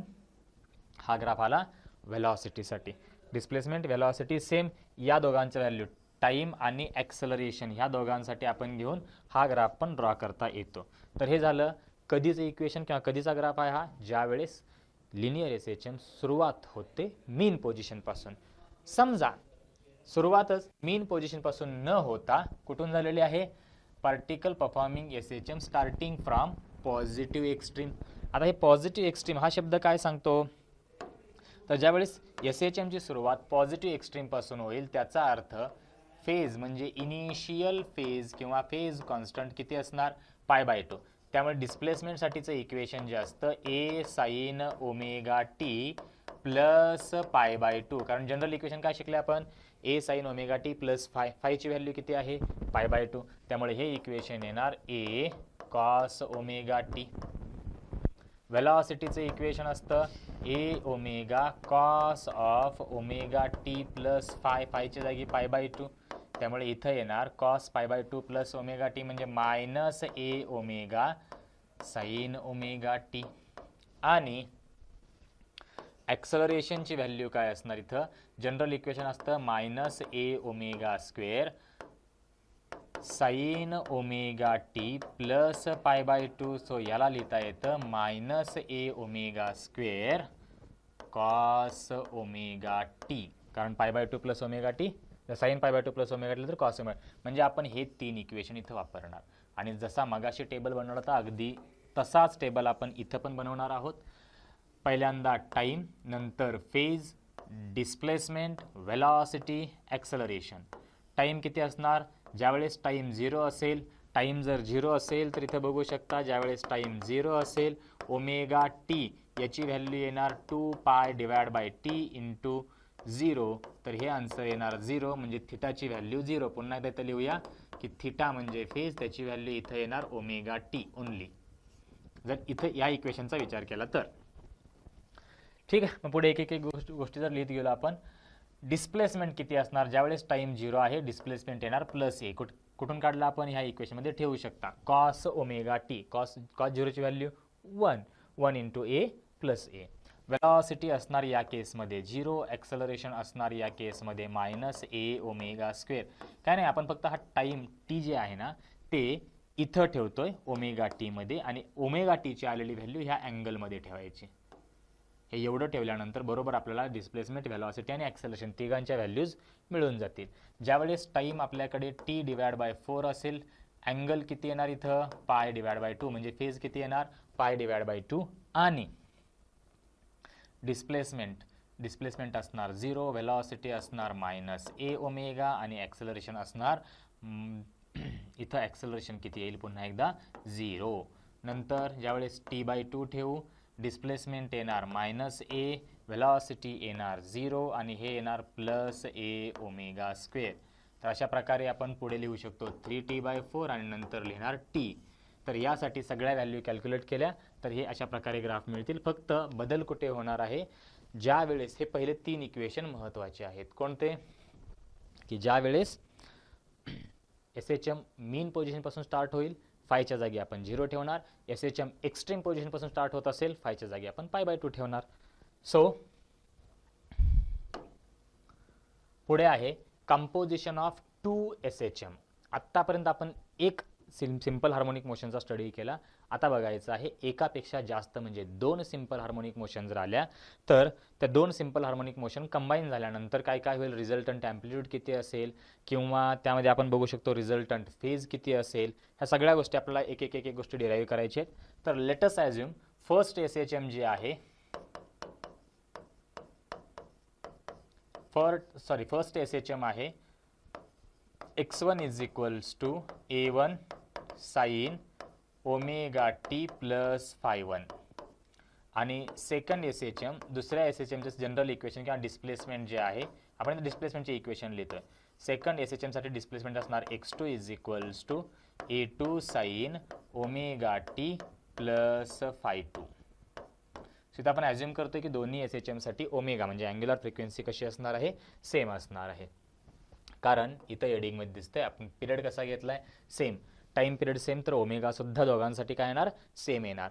मग आता according to principle of superposition resultant displacement जर कॅल्क्युलेट करायचं झालं तर रिझल्टंट डिस्प्लेसमेंट ह्या कॉम्बिनेशनचं कंपोजिशनचं ते काय येणार, त्याला आपण दाखवूया एक्सने फक्त. तर x is equals to x1 plus x2. So x is equals to x1ची व्हॅल्यू आहे आपल्याकडे a1 sine omega T plus phi 1 plus a2 sine omega T plus phi 2 which is equals to a1 in bracket sine omega T plus phi 1. इथं formula आपण कोणता वापरणार, इथं formula लिहून ठेवतो की फॉर्म्युला आहे sine of a plus b. काय असतं बाळांनो, हे sine a cos b plus cos a sine b हा फॉर्म्युला आपण वापरणार आहोत. महत्त्वाचा फॉर्म्युला आहे. जो इथं जर वापरला sine of omega T plus phi 1, यामध्ये ओमेगा टी म्हणजे a असणार, फाय 1 म्हणजे b असणार. त्यामुळे इक्वेशन मिळणार sine omega t into cos phi 1 plus cos omega t into sine phi 1. हे पहिला ब्रॅकेट म्हणजे पहिल्या ह्या टर्मचं एक्सपान्शन झालं. पुढे हे प्लसला प्लस इथं ठेवलं आपण, a2च्या जागी a2 ठेवलं आणि अगेन एक्सपांड आपण याला एक्सपांड करणार सेम फॉर्म्युल्याने. सो तिथं काय मिळेल मग आपल्याला, sign omega t into cos phi 2 plus cos omega t into sine phi 2. हे एवढे मोठे दोन एक्सपान्शन वापरले. आता ब्रॅकेटच्या बाहेरच्या टर्मने ब्रॅकेटला मल्टिप्लाय करणार, ज्यामध्ये आपल्याला काय मिळेल, a1 sine omega t cos phi 1 आणि a प्लसला plus a1 cos omega t sine phi 1. इथं a2 sine omega t cos phi 2 आणि a2 cos omega t sine phi 2. म्हणजेच a1 sine omega t cos phi 1 plus a1 cos omega t sine phi 1 plus a2 sine omega t cos phi 2 plus a2 cos omega t into sine phi 2. आता इथं कोणत्या कोणत्या टर्ममधून काय काय common निघतं बघा. इथून साइन ओमेगा टी आहे आणि इथे एक साइन ओमेगा टी आहे. सो या दोघांमधून आपण कॉमन काढू शकतो साइन ओमेगा टी. ब्रॅकेटमध्ये काय काय राहतं, तर a1 cos phi 1 plus a2 cos phi 2 आणि ह्यातून कॉमन काय निघालं, साइन ओमेगा टी. तसंच या दोघांमधून म्हणजेच इथून काय कॉमन निघतं, तर कॉस ओमेगा टी. ब्रॅकेटमध्ये काय काय राहणार इथं, a1 sine phi 1 plus a2 sine phi 2 आणि त्याला मल्टिप्लाय किंवा कॉमन काय काढलेलं आहे आपण इथं, cos omega T. Let's say this is equation number 1. खूप महत्त्वाचं इक्वेशन आहे. रिझल्टंट डिस्प्लेसमेंटसाठी हे इक्वेशन आपल्याकडे मिळालेलं आहे. आता आपण काय करणार आहोत, थोडंसं ॲझम्पशन वापरूया. म्हणजे काय करणार आपण इथं, तर लेटस ॲज्युम दॅट, काय ॲज्युम करायचं इथं, की पहिल्या ब्रॅकेटमध्ये साइन ओमेगा टीला मल्टिप्लाय काय काय आहे, a1 cos phi 1 plus a2 cos phi 2, a1 cos phi 1 plus a2 cos phi 2. याला मी काहीतरी नवीन टर्म ॲज्युम करतो, r कॉस डेल्टा. आणि जो दुसरा ब्रॅकेट आहे म्हणजे कोणता, a1 sine phi 1 plus a2 sine phi 2. याला आपण काहीतरी नवीन नाव देऊया, r साइन डेल्टा. इथं काय असणार आहे, तर ब्रॅकेटमध्ये लिहू शकता r हे असणार रिझल्टंट ॲम्प्लिट्यूड, r काय असणार आहे, रिझल्टंट ॲम्प्लिट्यूड. डेल्टा असणार आहे रिझल्टंट फेज. सो त्यामुळे इक्वेशन 1 बिकम्स, फर्स्ट इक्वेशनमध्ये काय बदल होईल, फर्स्ट इक्वेशन म्हणजे होतं रिझल्टंट डिस्प्लेसमेंटसाठी एक्ससाठी, तर a1 cos phi 1 plus a2 cos phi 2 यासाठी आपण ॲज्युम केले r कॉस डेल्टा.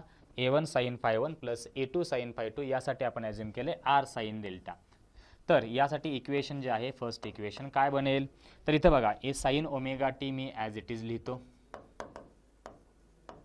त्यानंतर ब्रॅकेटच्या टर्मला आपण म्हणायचं आहे आर कॉस डेल्टा, त्यातलं मी आर सुरुवातीला लिहितो, कॉस डेल्टा पुढे लिहितो, हे प्लसला प्लस इथलं आलं. त्यानंतर हा जो ब्रॅकेट आहे A1 sine phi one plus A2 sine phi two याला आपण म्हणलेलं आहे आर साईन डेल्टा. तर ते लिहूया. आधीची टर्म इथं आहे कॉस ओमेगा टी आणि इथं आर साईन डेल्टा. सो यातून जर आपण आर कॉमन घेतलं तर ब्रॅकेटमध्ये काय राहतं, sine omega t cos delta plus cos omega t into sine delta. म्हणजेच रिझल्टंट डिस्प्लेसमेंट येणार r sine omega T plus delta. So this is the expression for resultant displacement. आता हे जे दोन इक्वेशन आहेत यांना नंबर देऊया आणि याचा वापर करून आपण रिझल्टंट ॲम्प्लिट्यूड आणि रिझल्टंट फेज कॅल्क्युलेट करूया, म्हणजे इक्वेशन नंबर 2 आणि इक्वेशन नंबर 3. सो हे झालं फक्त रिझल्टंट डिस्प्लेसमेंट. याच्यानंतर आपल्याला काय कॅल्क्युलेट करायचं आहे, रिझल्टंट ॲम्प्लिट्यूड काढण्यासाठी आपण ह्या इक्वेशनमध्ये जे लिहिलेलं आहे आर कॉस डेल्टा आणि आर साईन डेल्टा, ह्या इक्वेशन नंबर म्हणलेला आहे 2 आणि इक्वेशन नंबर आहे 3. तर ह्या दोन इक्वेशनचा वापर करून आपण काय करूया, इक्वेशन 2 त्याचा स्क्वेअर प्लस इक्वेशन 3 त्याचा स्क्वेअर, म्हणजे या दोन्ही इक्वेशनसाठी इक्वेशन 2 आणि इक्वेशन 3 यांच्या लेफ्ट हँड साईडचा स्क्वेअर करणार, ॲडिशन करणार आणि राईट हँड साईडचा आपण स्क्वेअर आणि ॲडिशन करणार आहोत. म्हणजे आपल्याला इथं काय मिळेल, तर सिंपल सरळ सरळ r square sine square delta plus r square cos square delta is equals to पहिल्या ब्रॅकेटमध्ये येणार A1 sine phi one plus A2 sine phi two ब्रॅकेटचा स्क्वेअर आणि प्लस इथे येणार A1 cos phi one plus A2 cos phi two ब्रॅकेटचा square.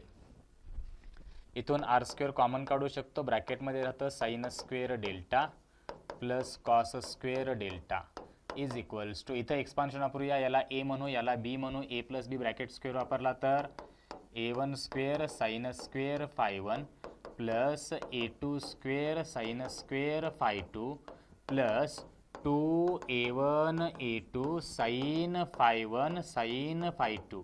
कोणता फॉर्म्युला वापरला बाळांनो इथं आपण, तर a square plus b square plus 2AB म्हणजेच ए प्लस बी ब्रॅकेट स्क्वेअरसाठी एक्सपान्शन. सेम एक्सपान्शन आणखी एक वेळेस यूज करायचं आहे की जेणेकरून आपल्याला इथे कशी व्हॅल्यू मिळेल, तर आता हे असणार हे ए आणि हे बी, मग ए स्क्वेअर म्हणजेच असणार A1 square cos square phi one plus b square म्हणजे येईल आपल्याकडे A2 square cos square phi two आणि प्लस 2AB म्हणजेच 2A1 A2 cos phi one cos phi two. आता इथं आहे sine square delta plus cos square delta, याची value असणार 1. सो लेफ्ट साईडला राहील फक्त आर स्क्वेअर. सेम प्रोसेस इथं पण यूज करायचे. या ठिकाणी आहे A1 square sine square phi one आणि या ठिकाणी आहे A1 square cos square phi one. म्हणजे ह्या दोघांमधून जर आपण A1 स्क्वेअर कॉमन काढलं तर ब्रॅकेटमध्ये राहणार sine square phi one plus cos square phi one, जेणेकरून त्याचं उत्तर राहील फक्त A1 स्क्वेअर. अगदी तसंच इथं आणि या ठिकाणी ह्या दोघांमधून जर समजा आपण A2 स्क्वेअर कॉमन काढलं तर ब्रॅकेटमध्ये राहतं sine square phi two plus cos square phi two, त्यामुळे तिथं राहतं फक्त A2 स्क्वेअर आणि प्लस रिमेनिंग टर्म जी आहे ह्या रिमेनिंग टर्ममधून म्हणजे कुठून, तर इथून ही एक टर्म आणि ही एक टर्म, या दोघांमधून आपण कॉमन काढूया 2A1 A2 आणि ब्रॅकेटमध्ये काय काय राहणार इथं, तर cos phi one cos phi two plus sine phi one sine phi to.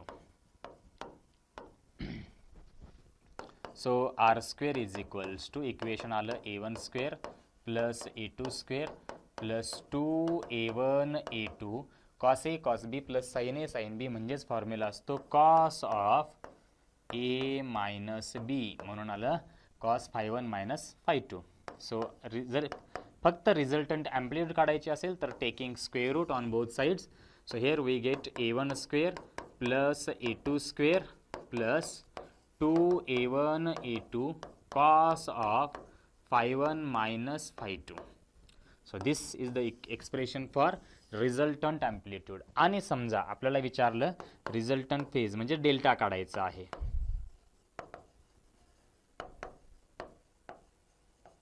तर ते कॅल्क्युलेट करण्यासाठी आपण काय करणार, इक्वेशन 3 याला डिवाइड करणार कशाने, इक्वेशन 2 ने. कुठलं इक्वेशन 3, इथलं इक्वेशन 3 होतं r sine delta A1 sine phi 1 plus A2 sine phi 2 आणि 2 आहे r cos delta A1 cos phi 1 plus A2 cos phi 2. So equation 3 divide by equation 2 म्हणजेच काय येणार, तर इथं आर साइन डेल्टा याला डिवाइड करायचं आर कॉस डेल्टाने which is equals to A1 sine phi 1 plus A2 sine phi 2. Total डिवाइडला इथं येणार A1 cos phi 1 plus A2 cos phi 2. So इथं are get cancel, sine divide by cos काय राहतं, tan delta. So resultant phase जे आहे त्याला tan delta is equals to A1 sine phi 1 plus A2 sine phi 2 divided by A1 cos phi 1 plus A2 cos phi 2. तर ह्याला resultant फेजसाठीचा formula. म्हणजे आपण दोन गोष्टी कॅल्क्युलेट केल्या. तर पूर्ण कॉन्सेप्टमध्ये ज्यावेळेस दोन SHM कंबाईन होतील, पहिल्यांदा रिझल्टंट डिस्प्लेसमेंट काढलं, जे आलं होतं x is equals to r sine omega T plus delta.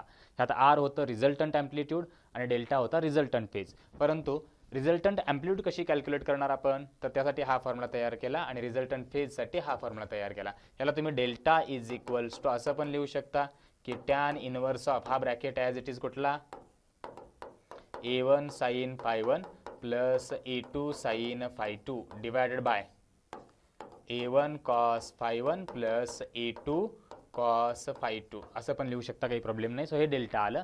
तर इथं झालं कॉम्बिनेशन ऑफ 2 SHM. ज्यावेळेस एखादा particle SHM simple harmonic motion perform करतोय त्यावेळेस त्या पार्टिकलची एनर्जी काय असणार, कशा प्रकारे बदलणार, तर त्यासाठी आपण पहिल्यांदा विचार करूया कायनेटिक एनर्जीचा. तर आपल्याला माहिती आहे की व्हेलॉसिटी ऑफ पार्टिकल काय असतं, omega under root of A square minus x square. आता हे व्हेलॉसिटीचा जो फॉर्म्युला आहे तो कशावर डिपेंड करतोय, त्या पार्टिकलचं मेन पोझिशनपासून किती डिस्प्लेसमेंट आहे याच्यावरती डिपेंड असणारा व्हेलॉसिटीचा हा फॉर्म्युला आहे. किंवा दुसरा फॉर्म्युला जो टाईमवरती डिपेंड करतो तो फॉर्म्युला असतो A omega cos of omega T plus phi. आता हा फॉर्म्युला जो आहे व्हेलॉसिटीचा तो कशावर डिपेंड करतो, तर हा टाईमवर डिपेंड करणार आहे. असे व्हेलॉसिटीचे आपल्याकडे दोन फॉर्म्युले आहेत. कायनेटिक एनर्जी काय असणार मग, तर पहिल्यांदा आपण कायनेटिक एनर्जी कॅल्क्युलेट करूया. कायनेटिक एनर्जी असते half of m v square. त्यामुळे व्हीच्या जागी जर व्हॅल्यू ठेवली आपण तर कायनेटिक एनर्जी पण आपल्याकडे दोन इक्वेशन मिळतील. एक असणार half of M omega square आणि इथं व्हीचा स्क्वेअर आहे, व्हीची व्हॅल्यू आहे omega under root a square minus x square. परंतु व्हीचा स्क्वेअर असल्यामुळे ओमेगाचा पण स्क्वेअर होणार आणि ह्या रूट आणि स्क्वेअर कॅन्सल होऊन ब्रॅकेटमध्ये राहणार ए स्क्वेअर मायनस एक्स स्क्वेअर. तर हा एक फॉर्म्युला आला जो कायनेटिक एनर्जी त्या पार्टिकलची कशावर डिपेंड करेल, इथं डिस्प्लेसमेंटवरती. परंतु समजा आपण जर व्हेलॉसिटीच्या जागी ही व्हॅल्यू ठेवली जे टाईम डिपेंडंट असणार आहे, तर कायनेटिक एनर्जीसाठी फॉर्म्युला काय मिळेल आपल्याला, kinetic energy is equals to half of M व्हीच्या ऐवजी आपण इथं काय ठेवणार आहोत, A omega cos omega T plus phi. त्याचा स्क्वेअर घेतला तर इथं येणार A square omega square cos square omega T plus phi. तर let's say this is equation number 1. हे कायनेटिक एनर्जीसाठी कॅल्क्युलेट केलं आपण की पार्टिकलची कायनेटिक एनर्जी, ज्यावेळेस तो particle simple harmonic motion perform करत असेल त्यावेळेस पार्टिकलची कायनेटिक एनर्जी किती असणार, जे डिपेंड करणार पहिल्यांदा डिस्प्लेसमेंटवरती नंतर टाईमवरती. हे दोन्ही फॉर्म्युले आपण तयार केलेले आहेत. आता बघायचं ना,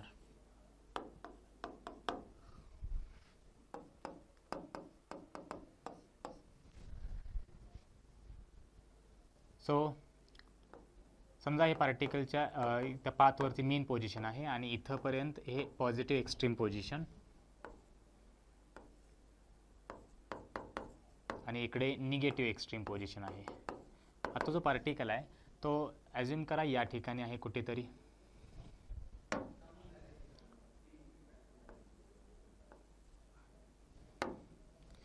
त्या पार्टिकलचं डिस्प्लेसमेंट जे आहे मेन पोझिशनपासून त्या पार्टिकलचं डिस्प्लेसमेंट आहे एक्स आणि इथून तो पार्टिकल ऑसिलेट करत थोडासा पुढे चालला, किती डिस्टन्स ट्रॅव्हल करेल तो, समजा आणखी डिस्प्लेसमेंट वाढलं डी एक्सने. बट या पॉईंटला असताना त्या पार्टिकलवरती जो फोर्स लागेल तो फोर्स काय असणार आहे, f is equals to -k into x. आणि वर्कडन जे असेल, समजा ह्या पार्टिकलला आणखी थोडं पुढे असेल तर वर्कडन किती असणार, work done is nothing but the F into -dx, कारण वर्कडनचा फॉर्म्युला आहे फोर्स इंटू डिस्प्लेसमेंट. परंतु तिथं मायनस काय घेतलं, कारण डिस्प्लेसमेंट आहे अवे फ्रॉम मीन पोझिशन आणि फोर्स ॲक्ट होतं towards the mean position. So हे स्मॉल वर्कडन जर असेल तर DW इज इक्वल्स टू आपल्याला लिहिता येईल इथं एफची व्हॅल्यू आहे -kx इंटू -dx. म्हणजेच DWची फायनल व्हॅल्यू काय होणार बाळांनो, kx into dx.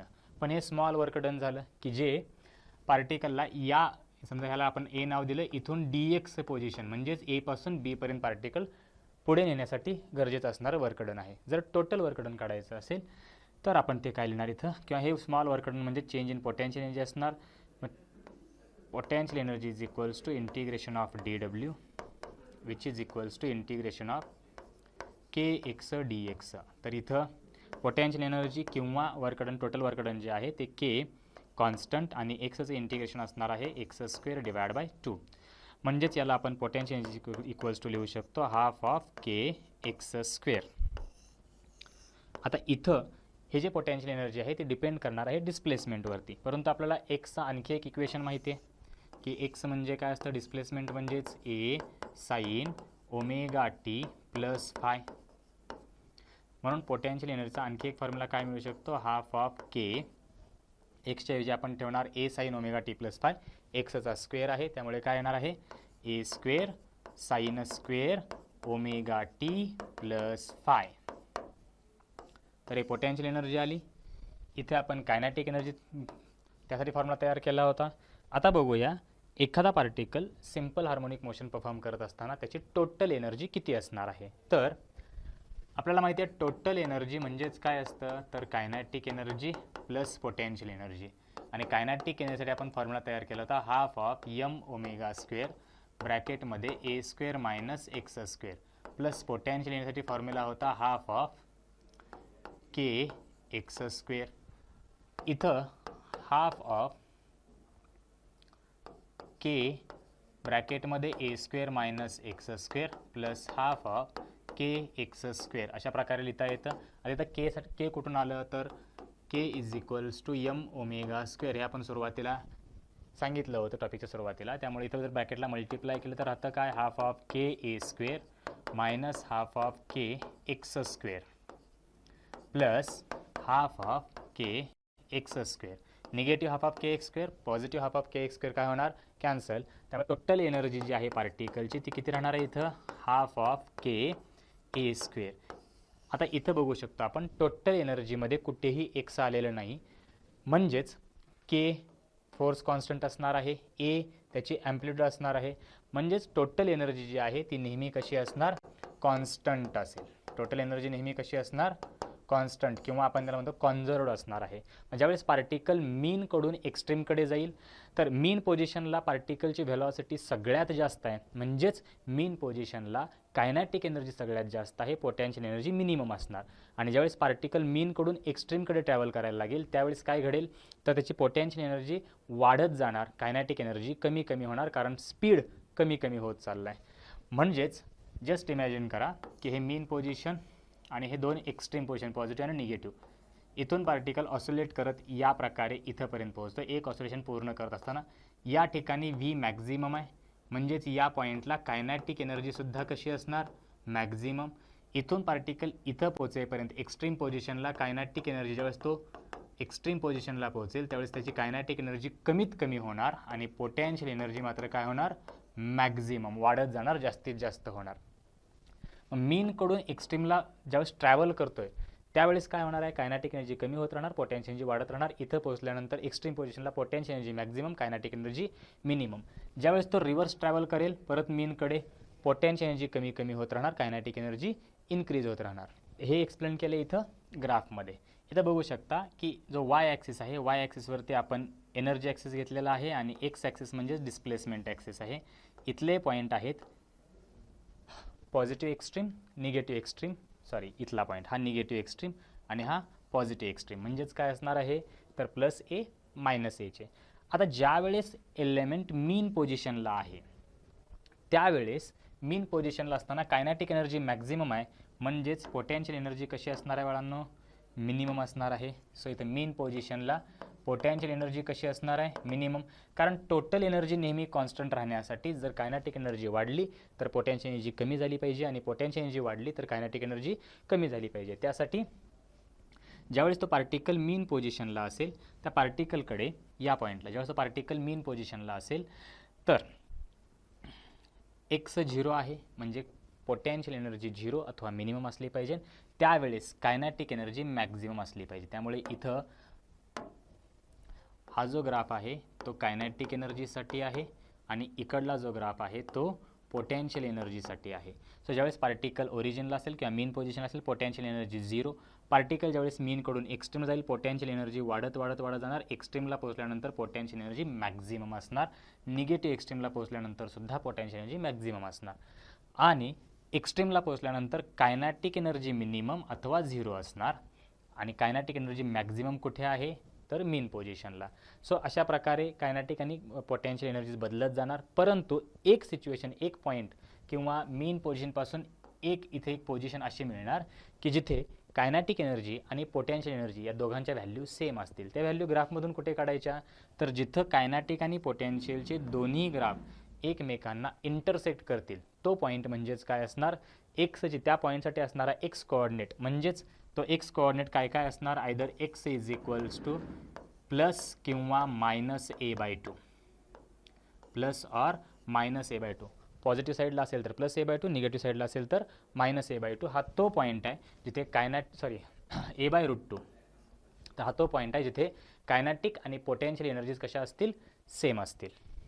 Next point आहे सिंपल पेंड्युलम. तर डिफाईन कसा करणार सिंपल पेंड्युलम. यात दोन प्रकार असतात. एक असतो आयडियल सिंपल पेंड्युलम दुसरा असतो रिअल सिंपल पेंड्युलम.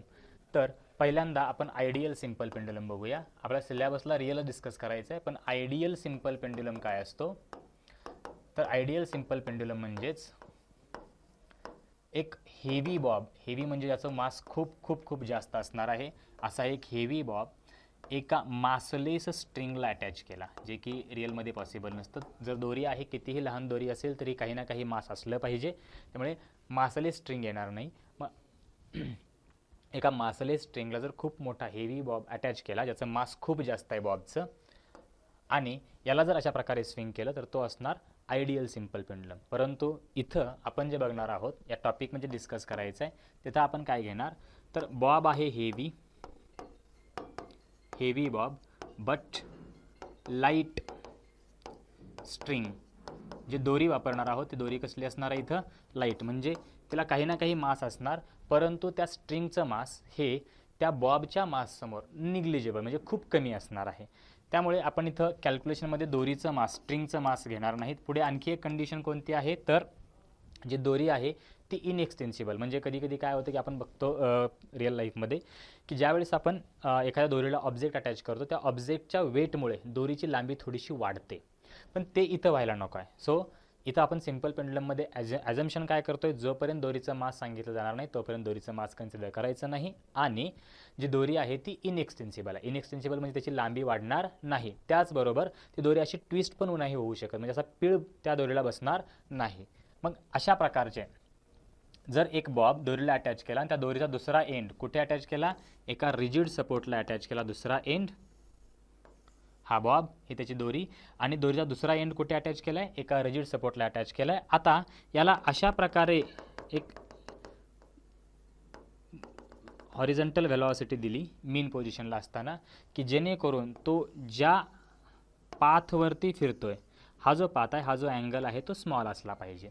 म्हणजेच हा जो कर्व दिसतोय तो कर्व आपण डायग्राममध्ये थोडा मोठा काढला आहे पण हा कर्व आणि स्ट्रेट लाईन जवळपास यांचं डिस्टन्स कसं पाहिजे अप्रॉक्सिमेटली सेम असलं पाहिजे. त्यावेळेस आपण याला म्हणणार की सिंपल पेंडुलम हा कोणती मोशन परफॉर्म करतोय linear simple harmonic motion perform करतोय. मग इथे जर आपण FBD काढली आता आपल्याला पुढे असते की त्याचा टाईम पिरियड कॅल्क्युलेट करायचा आहे. सो त्यासाठी आपण काय करणार इथं जो बॉब आहे बॉब एकच आहे, ही त्याची मीन पोझिशन, हे पॉझिटिव्ह एक्स्ट्रीम पोझिशन आणि हे निगेटिव्ह एक्स्ट्रीम पोझिशन. तर आपण डायग्राम पुन्हा एकदा काढूया FBD, जेणेकरून आपल्याला इथं काय कॅल्क्युलेट करायचं आहे, time period of simple pendulum, म्हणजेच कॅपिटल T साठी फॉर्म्युला बनवायचा आहे. आणखी एक जर डायग्राम काढली तर काय, थोडीशी डायग्राम मोठी घेऊया. हा बॉब, त्याची मेन पोझिशन, पण एक्स्ट्रीम पोझिशन इथं असते. मग या ठिकाणी असताना बॉबवरती ॲक्ट होणारे फोर्सेस जर दाखवायचे असतील तर कोणते कोणते फोर्स असतील. पहिला फोर्स असणार त्याचं वेट. बॉबचं मास जर आपण M घेतलं तर त्या बॉबचं जे वेट आहे वर्टिकली डाऊनवर्ड ॲक्ट होणार mg. दोरीमध्ये इकडल्या साईडला ॲक्ट होणार टेन्शन T. या साईडला टुवर्ड्स दी रिजिड सपोर्ट, इथं यस नाव आहे रिजिड सपोर्ट, तिकडे काय ॲक्ट होणार tension T, vertically downward act होणार mg.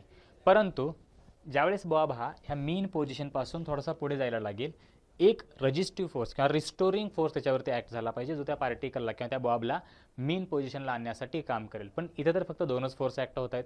म्हणून आपण काय करणार, तर हा जर अँगल आपण थिटा घेतला तर इथला अँगल पण थिटाच मिळेल आणि mgचा एक कंपोनंट इकडे घेऊया mg कॉस थिटा आणि दुसरा कंपोनंट इकडल्या साईडला असेल mg साइन थिटा. मग इथे डायग्राममध्ये बघू शकता की हा जो T आहे तो ह्या mg कॉस थिटाला बॅलन्स करतोय. टेन्शनसाठी आपण T0 सिम्बॉल वापरूया, म्हणजे इथं टेन्शन T0 याला बॅलन्स कोण करतं, mg कॉस थिटा, कारण आपण कॅपिटल T हे सिम्बॉल टाईम पिरियडसाठी वापरतोय. आणि टेन्शनसाठी इथं T0 म्हणजे काय आहे, tension in the string, tension in the string. आता या ऑब्जेक्टवरती लागणारा जो त्या पार्टिकलला किंवा त्या बॉबला मेन पोझिशनला आणण्यासाठी काम करणारा असा फोर्स कोणता आहे, तर फक्त आहे mg साइन थिटा. म्हणजे इथं mg साइन थिटा हा कशाचं काम करणार आहे, रिस्टोरिंग फोर्सचं काम करणार आहे mg sine theta. Net force म्हणजे फोर्स ॲक्टिंग ऑन पार्टिकल काय असतो, mass of that object into acceleration. आता हे दोन्ही mm कॅन्सल होणार, असं इथं राहणार काय, A is equals to g sine theta. आता इथं जर हा अँगल खूप स्मॉल असेल, तर मागे सांगितलं तर स्मॉल अँगलसाठी हा कर्वड पाथ, ॲक्च्युअलमध्ये बॉबचा पाथ कसा असणार आहे, कर्वड. पण जर अँगल स्मॉल असेल तर तो अप्रॉक्सिमेटली कसा वाटेल, स्ट्रेट लाईन, म्हणजेच लिनियर सिम्पल हार्मोनिक मोशन. त्यासाठी अँगल कसा असला पाहिजे, स्मॉल नाही तर व्हेरी स्मॉल असला पाहिजे. आणि व्हेरी स्मॉल म्हणजे किती, तर हा जो अँगल आहे हा अप्रॉक्सिमेटली लेस दॅन 10 डिग्री, 10 डिग्रीपेक्षा पण कमी जर अँगल असेल तर अशा केसमध्ये काय होतं, अँगल लहान असताना sine theta is approximately equals to काय असतं, थिटा. साइन थिटा आणि थिटा हे जवळपास कसे असणार, सेम. पण कधी सिच्युएशन काय आहे, ज्यावेळेस अँगल हा खूप खूप लहान आहे. म्हणजे इथं आपल्याला काय लिहिता येतं, A is equals to g into theta. आता इथं जर बघितलं, ॲज्युम करा डायग्राममध्ये की हे जे पार्ट आहे इथून इथंपर्यंत ही दोरीची लेंथ आहे, हे काय आहे, दोरीची लेंथ आहे. आणि हे हॉरिझॉन्टल डिस्प्लेसमेंट त्याचं x आहे, म्हणजेच हॉरिझॉन्टल डिस्प्लेसमेंट x आहे. जर इथं तुम्ही थिटा काढलात तर काय काय होणार आहे, हे दोरीची लेंथ L आणि इकडे थिटा. आता काय होणार आहे, जर आपल्याला हे डिस्टन्स काढायचं असेल एक्सचा, तर x इज इक्वल्स टू किंवा sine theta is equals to काय काय लिहिता येतं, x divide by L. Sine theta is equals to x divide by L किंवा theta is equals to x divide by L. म्हणजे आपण इथं काय लिहिणार, A is equals to g into x upon L. तर हा आला ॲक्सलरेशनचा फॉर्म्युला. आता टाईम पिरियडसाठी एक इक्वेशन असतं किंवा एक फॉर्म्युला असतो. टाईम पिरियड म्हणजे काय असतं, तर 2π divided by under root of acceleration per unit displacement. नीट लक्षात ठेवा इक्वेशन काय आहे, ॲक्सलरेशन पर युनिट डिस्प्लेसमेंट. म्हणजेच टाईम पिरियडचा फॉर्म्युला असतो 2π divide by under root of A upon x. परंतु आपण इथं A ची व्हॅल्यू काय काय काढलेली आहे इथं, तर ती व्हॅल्यू आहे 2π डिवाइड बाय अंडर रूट. ॲक्सलरेशनसाठी व्हॅल्यू आहे g into X divide by length L आणि पर युनिट डिस्प्लेसमेंट म्हणजे इथलं x as it is. So हे दोन्ही x एकमेकांना कॅन्सल करतील. थोड्याशा ॲडजस्टमेंट नंतर टाईम पिरियडसाठी फॉर्म्युला काय मिळेल आपल्याला, 2π under root of L upon g. तर this is the formula for time period of simple pendulum. Simple pendulum म्हणजेच सरळ मराठीमध्ये आपण जगात आपल्या दररोजच्या आयुष्यामध्ये ज्या स्विंग म्हणतो किंवा झोका जो आहे ते म्हणजे सिम्पल पेंड्युलम, त्याचा टाईम पिरियड. तर इथं सिंपल एक डिस्टिंग्विश दिले, कंपॅरिझन दिले कशाचं, कोनिकल पेंड्युलम आणि सिंपल पेंड्युलम. कोनिकल पेंड्युलम आपण सर्क्युलर मोशनमध्ये शिकलं असेल की असाच एक बॉब इथं अटॅच केला, रिजिड सपोर्टला, त्या दोरीचा दुसरा एंड रिजिड सपोर्टला अटॅच केला आणि बॉबला अशा प्रकारे फिरवलं की जेणेकरून दिसताना एक कोन शेप दिसेल, परंतु बॉब फिरतोय हॉरिझॉन्टल सर्कलमध्ये परंतु दिसतोय कोन, म्हणून त्याला म्हणायचं कोनिकल पेंड्युलम. आणि आत्ता जे शिकलं आपण, जर त्या बॉबला अशा प्रकारे फिरवलं तर ते सिंपल पेंड्युलम. मग सांगितलंय काय दोघांचं कंपॅरिझन. तर पहिल्यामध्ये कोनिकल पेंड्युलमचा जो पाथ आहे तो असणार हॉरिझॉन्टल सर्कल. पाथ जो आहे तो काय असणार आहे, हॉरिझॉन्टल सर्कल. परंतु इकडे बघू शकता सिंपल पेंड्युलमसाठी, कोनिकल पेंड्युलमसाठी हॉरिझॉन्टल सर्कल आहे, परंतु सिंपल पेंड्युलमसाठी मात्र पाथ कसा आहे, व्हर्टिकल सर्कल. हां, आता आपण फॉर्म्युला तयार करण्यासाठी अँगल 10पेक्षा कमी ॲज्युम केला होता, बट समजा तो सिंपल पेंड्युलम म्हणजे अशा प्रकारे फिरतोय, सो तो असा पण कंप्लीट होऊ शकतो एक सर्कल. सो सिंपल पेंड्युलम जर फक्त इथल्या इथं ऑसोलेट करायला, म्हणजे इकडे 90 डिग्रीपर्यंत मॅक्झिमम, इकडे 90 डिग्रीपर्यंत मॅक्झिमम, तर तो ऑसोलेशनची कंडिशन बनते. आपण सर्क्युलर मोशनमध्ये व्हर्टिकल सर्कलमध्ये हे शिकतो. तर याचा जो सर्कल आहे तो कोणता आहे, व्हर्टिकल सर्कल आहे सिंपल पेंड्युलम्स, आणि कोनिकलसाठी आहे हॉरिझॉन्टल सर्कल. दुसरं, कायनेटिक एनर्जी आणि ग्रॅव्हिटेशनल पोटेन्शियल एनर्जी कशा असणार, कॉन्स्टंट. कारण कोनिकल पेंड्युलममध्ये आपण ॲज्युम करतो की ओमेगा बदलत नाही. जर ओमेगा बदलत नाही तर व्ही पण बदलणार नाही, म्हणजे व्हीची मॅग्नेट्यूड नाही बदलणार. सर्क्युलर मोशनमध्ये व्हीची डायरेक्शन बदलेल परंतु स्पीड म्हणजेच किंमत बदलणार नाही, त्यामुळे कायनेटिक एनर्जी कॉन्स्टंट असेल. त्याचबरोबर अर्थपासून त्या बॉबची जी हाईट आहे ती बदलणार नाही, एकाच हाईटला तो सर्कलमध्ये फिरत राहतोय, म्हणजे ग्रॅव्हिटेशनल एनर्जीसुद्धा किंवा ग्रॅव्हिटेशनल पोटेन्शियल एनर्जीसुद्धा बदलणार नाही, त्यामुळे ते दोन्ही कॉन्स्टंट असतील. परंतु हा SHMमध्ये आपण बघितले फक्त टोटल एनर्जी कॉन्स्टंट असते, म्हणजेच कायनेटिक आणि पोटेन्शियल एनर्जीची ॲडिशन कॉन्झर्व्ड असणार आहे, परंतु कायनेटिक आणि पोटेन्शियल एनर्जी कॉन्स्टंट राहणार नाही, त्या नेहमी इंटरचेंज होत राहतील, बदलत राहतील. पुढे आहे horizontal component of the force due to tension in the tension is the necessary centripetal force. म्हणजेच सर्क्युलर मोशनमध्ये ज्यावेळेस एखादा ऑब्जेक्ट सर्कलमध्ये फिरतो असा, तर सेंटरकडे ॲक्ट होणारा एक फोर्स असला पाहिजे. त्या फोर्सचं इथं काम कोण करतंय, तर force tension in the horizontal component of force due to tension. म्हणजे जर तुम्ही डायग्राम काढली याची, समजा इथे ड्रॉ करूया अशा प्रकारे, तर इकडे टेन्शन ॲक्ट होतं आहे, ह्या टेन्शनचा एक कंपोनंट जो हॉरिझॉन्टली ॲक्ट करतोय तो सर्कलच्या सेंटरकडे लागणार आहे, तो कशाचं काम करतोय, सेंट्रिपेटल फोर्सचं. पण इकडे काय आहे, tangential component of weight is the governing म्हणजे त्या चालवणारा, जो ज्यावेळेस मीन पोझिशनपासून पार्टिकल दूर चालला तर त्या स्वतःकडे ओढण्यासाठी जो फोर्स काम करतोय तो फोर्स कोणता घेतला आहे आपण इथं या ठिकाणी, रिस्टोरिंग फोर्स जो आहे तो कोणता घेतला आहे, mg sin थिटा. त्यामुळे हा mg sin थिटा काय आहे म्हणून सांगितलंय, मग वेटचा हॉरिझॉन्टल कंपोनंट किंवा एक कंपोनंट. बाकी इथं फॉर्म्युले दिलेले आहेत. कोनिकल पेंडुलमसाठी 2π√LG L cos θ divide by G आणि सिंपल पेंडुलमसाठी 2π√L/G. बाकी आणखी एक दोन आहेत. String always makes fixed angle with the horizontal. म्हणजेच काय, तर ज्यावेळेस कोनिकल पेंडुलमचा बॉब अशा प्रकारे फिरेल, व्हर्टिकल सोबत जे स्ट्रिंगने बनवलेला अँगल आहे असा ह्या व्हर्टिकल सोबत तो अँगल चेंज होणार नाही. परंतु इथं सिंपल पेंडुलममध्ये काय होणार आहे, तर हा अँगल वाढत राहणार, परत 0 होणार, अपोजिट साईडला वाढत राहणार, परत 0 होणार, म्हणजे अँगल कॉन्स्टंट राहत नाही. कोनिकल पेंडुलममध्ये राहतो, सिंपल पेंडुलममध्ये कॉन्स्टंट नाही. तर हे अशा प्रकारे कंपॅरिझन होतं, डिस्टिंग्विश होतं. आता आहे अँग्युलर SHM. आत्तापर्यंत आपण या टॉपिकमध्ये डिस्कस केले फक्त लिनियर सिंपल हार्मोनिक मोशन. आता बघायचं आहे अँग्युलर सिंपल हार्मोनिक मोशन काय असणार आहे. तर अगदी लिनियर सिंपल हार्मोनिक मोशन सारखंच असतं. याचा पण आपला फॉर्म्युला तयार करायचा आहे किंवा टाईम पिरियड कॅल्क्युलेट करायचं आहे. इथं बघू शकता डायग्रॅममध्ये ओळखू येत असेल सगळ्यांना, तरी थोडंसं ह्याला इथं काय दिसतं रे डायग्रॅममध्ये, तर ही एक छोटीशी डिस्क आहे. काय, ही एक छोटीशी डिस्क आहे आणि एक्झॅक्टली डिस्कच्या सेंटरला एक दोरी अटॅच केलेली आहे आणि त्या दोरीचं दुसरं एंड रिजिड सपोर्टला अटॅच केले. इथंपर्यंत ही स्ट्रिंग आहे. आता इथं त्याची पोझिशन नाही बदलायची. जर त्याला इकडून इकडे पळायला तर ते सिंपल पेंडुलम होईल आणि सिंपल पेंडुलमला आपण स्टडी केले लिनियर सिंपल हार्मोनिक मोशनमध्ये. आपल्याला इथे बघायचं आहे अँग्युलर सिंपल हार्मोनिक मोशन.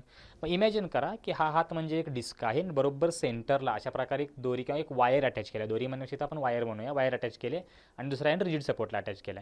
आता जर आपण याला या खालच्या डिस्कला थोडंसं इकडे टिल्ट केलं आणि सोडून दिलं, म्हणजे अशा प्रकारे ओढलं आणि हात काढून घेतला, आपण फोर्स काढून घेतला, काय होईल रे, हे अशीच राहील का, किंवा दोरीमधला जो पीळ आहे तो पीळ बसला तर वायरमधला पीळ तसाच राहील का, नाही. तर वायर काय करेल, अनट्विस्ट व्हायला सुरू करेल, म्हणजेच हे इकडे यायला सुरू करेल आणि ही जी डिस्क आहे ती अशा प्रकारे ऑसिलेट करायला लागेल. म्हणजेच ही डिस्क आहे ती इकडे अशी सर्कलमध्ये किंवा रोटेशनमध्ये ऑसिलेट करायला लागेल. So linear simple harmonic motion म्हणजे काय, एकाच स्ट्रेट पाथवरती ते टू अँड फ्रो मोशनमध्ये फिरणं. परंतु अँग्युलर सिम्पल हार्मोनिक मोशनमध्ये काय होणार आहे, त्याच ॲक्सिसच्या अबाउट एकदा फॉरवर्ड एकदा बॅकवर्ड एकदा फॉरवर्ड एकदा बॅकवर्ड हे रोटेट करत राहणं. ट्रान्सलेट नाही करणार, काय करणार डिस्क ती रोटेट करणार आहे अशा प्रकारे. So angular SHM. मग इथं फक्त ॲनालॉजीने चाललात तरी चालेल. काय काय बघू शकतो आपण इथं, तर आधी डिफरन्शियल इक्वेशन. काय गरजेचं होतं, लिनियर सिम्पल हार्मोनिक मोशनचं डिफरन्शियल इक्वेशन काढताना आपण लिहिलं होतं F is equals to K X, म्हणजेच force is directly proportional to magnitude of displacement. पण इथं फोर्सच्या ऐवजी ॲनालॉगस काय असतं, टॉर्क असतं. फोर्सच्या ऐवजी ॲनालॉगस काय असतं, टॉर्क असतो. So torque is proportional to minus theta. का, कारण f proportional to minus k x होतं. एफला ॲनालॉगस टॉर्क आणि एक्सला ॲनालॉगस थिटा, म्हणजे डिस्प्लेसमेंटला ॲनालॉगस अँग्युलर डिस्प्लेसमेंट. प्रपोर्शनल चिन्ह काढून टाकण्यासाठी आपण इथं कॉन्स्टंट घेऊया सी, जसं तिकडे घेतलं होतं के. के म्हणजे फोर्स कॉन्स्टंट, इथं सी म्हणजे आपण त्याला टॉर्शनल कॉन्स्टंट किंवा ट्विस्टिंग कॉन्स्टंट म्हणू शकतो. सो टॉर्कचा फॉर्म्युला असतो I into alpha which is equals to minus C into theta. So alpha is equals to आपल्याला मिळतं C divide by I into theta. Alpha म्हणजेच double derivative of angular displacement with respect to time.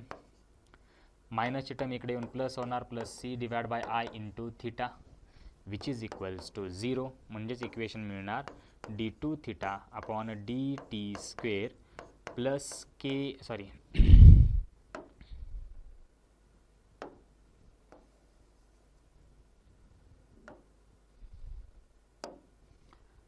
Omega square into theta is equals to 0. आता omega आपण इथं कशाला म्हणतोय, तर इथं आपण ओमेगा ॲझ्युम करतोय under root of c divide by I. तिथे कशाला ॲझ्युम केलं होतं लिनियरमध्ये, तर लिनियरमध्ये घेतलं होतं omega is equals to under root of k upon M.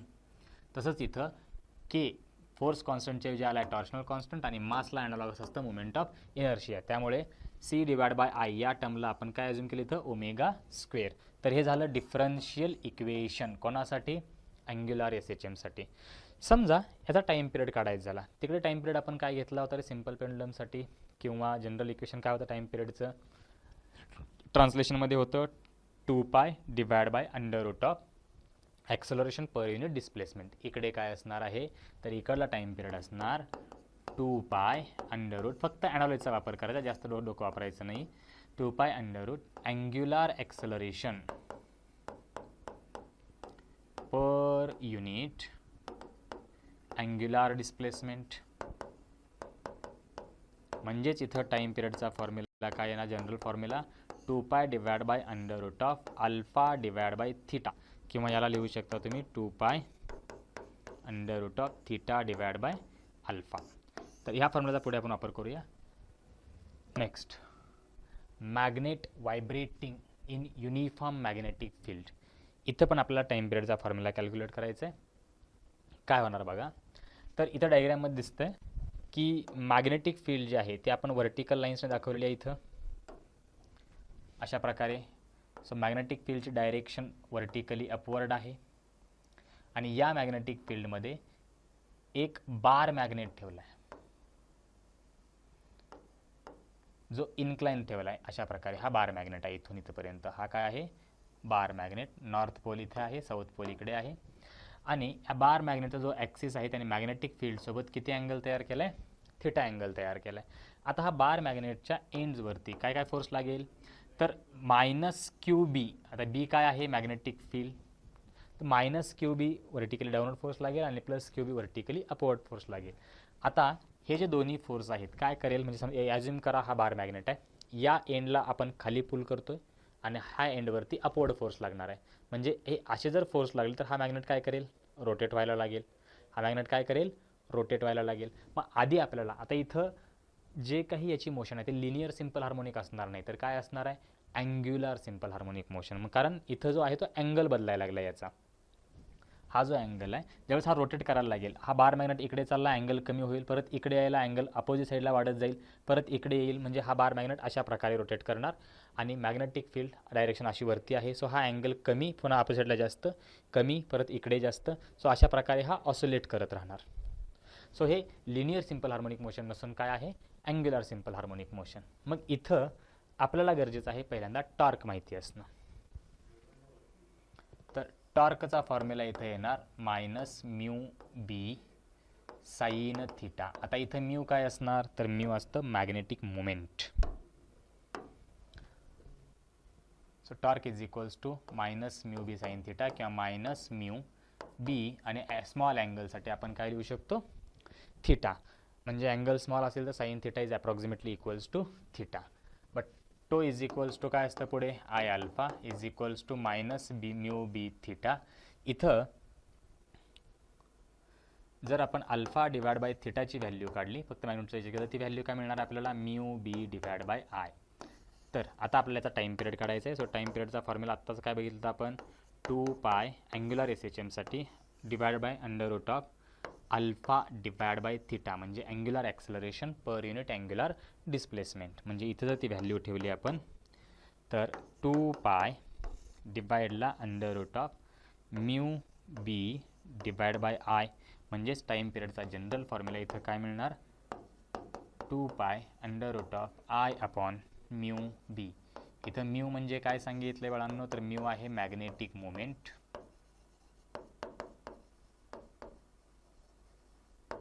बी काय असणार आहे इथं, मॅग्नेटिक फील्ड,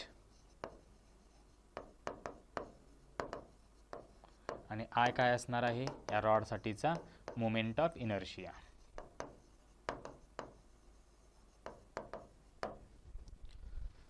पुढचा पॉईंट आहे डॅम्प्ड ऑसिलेशन.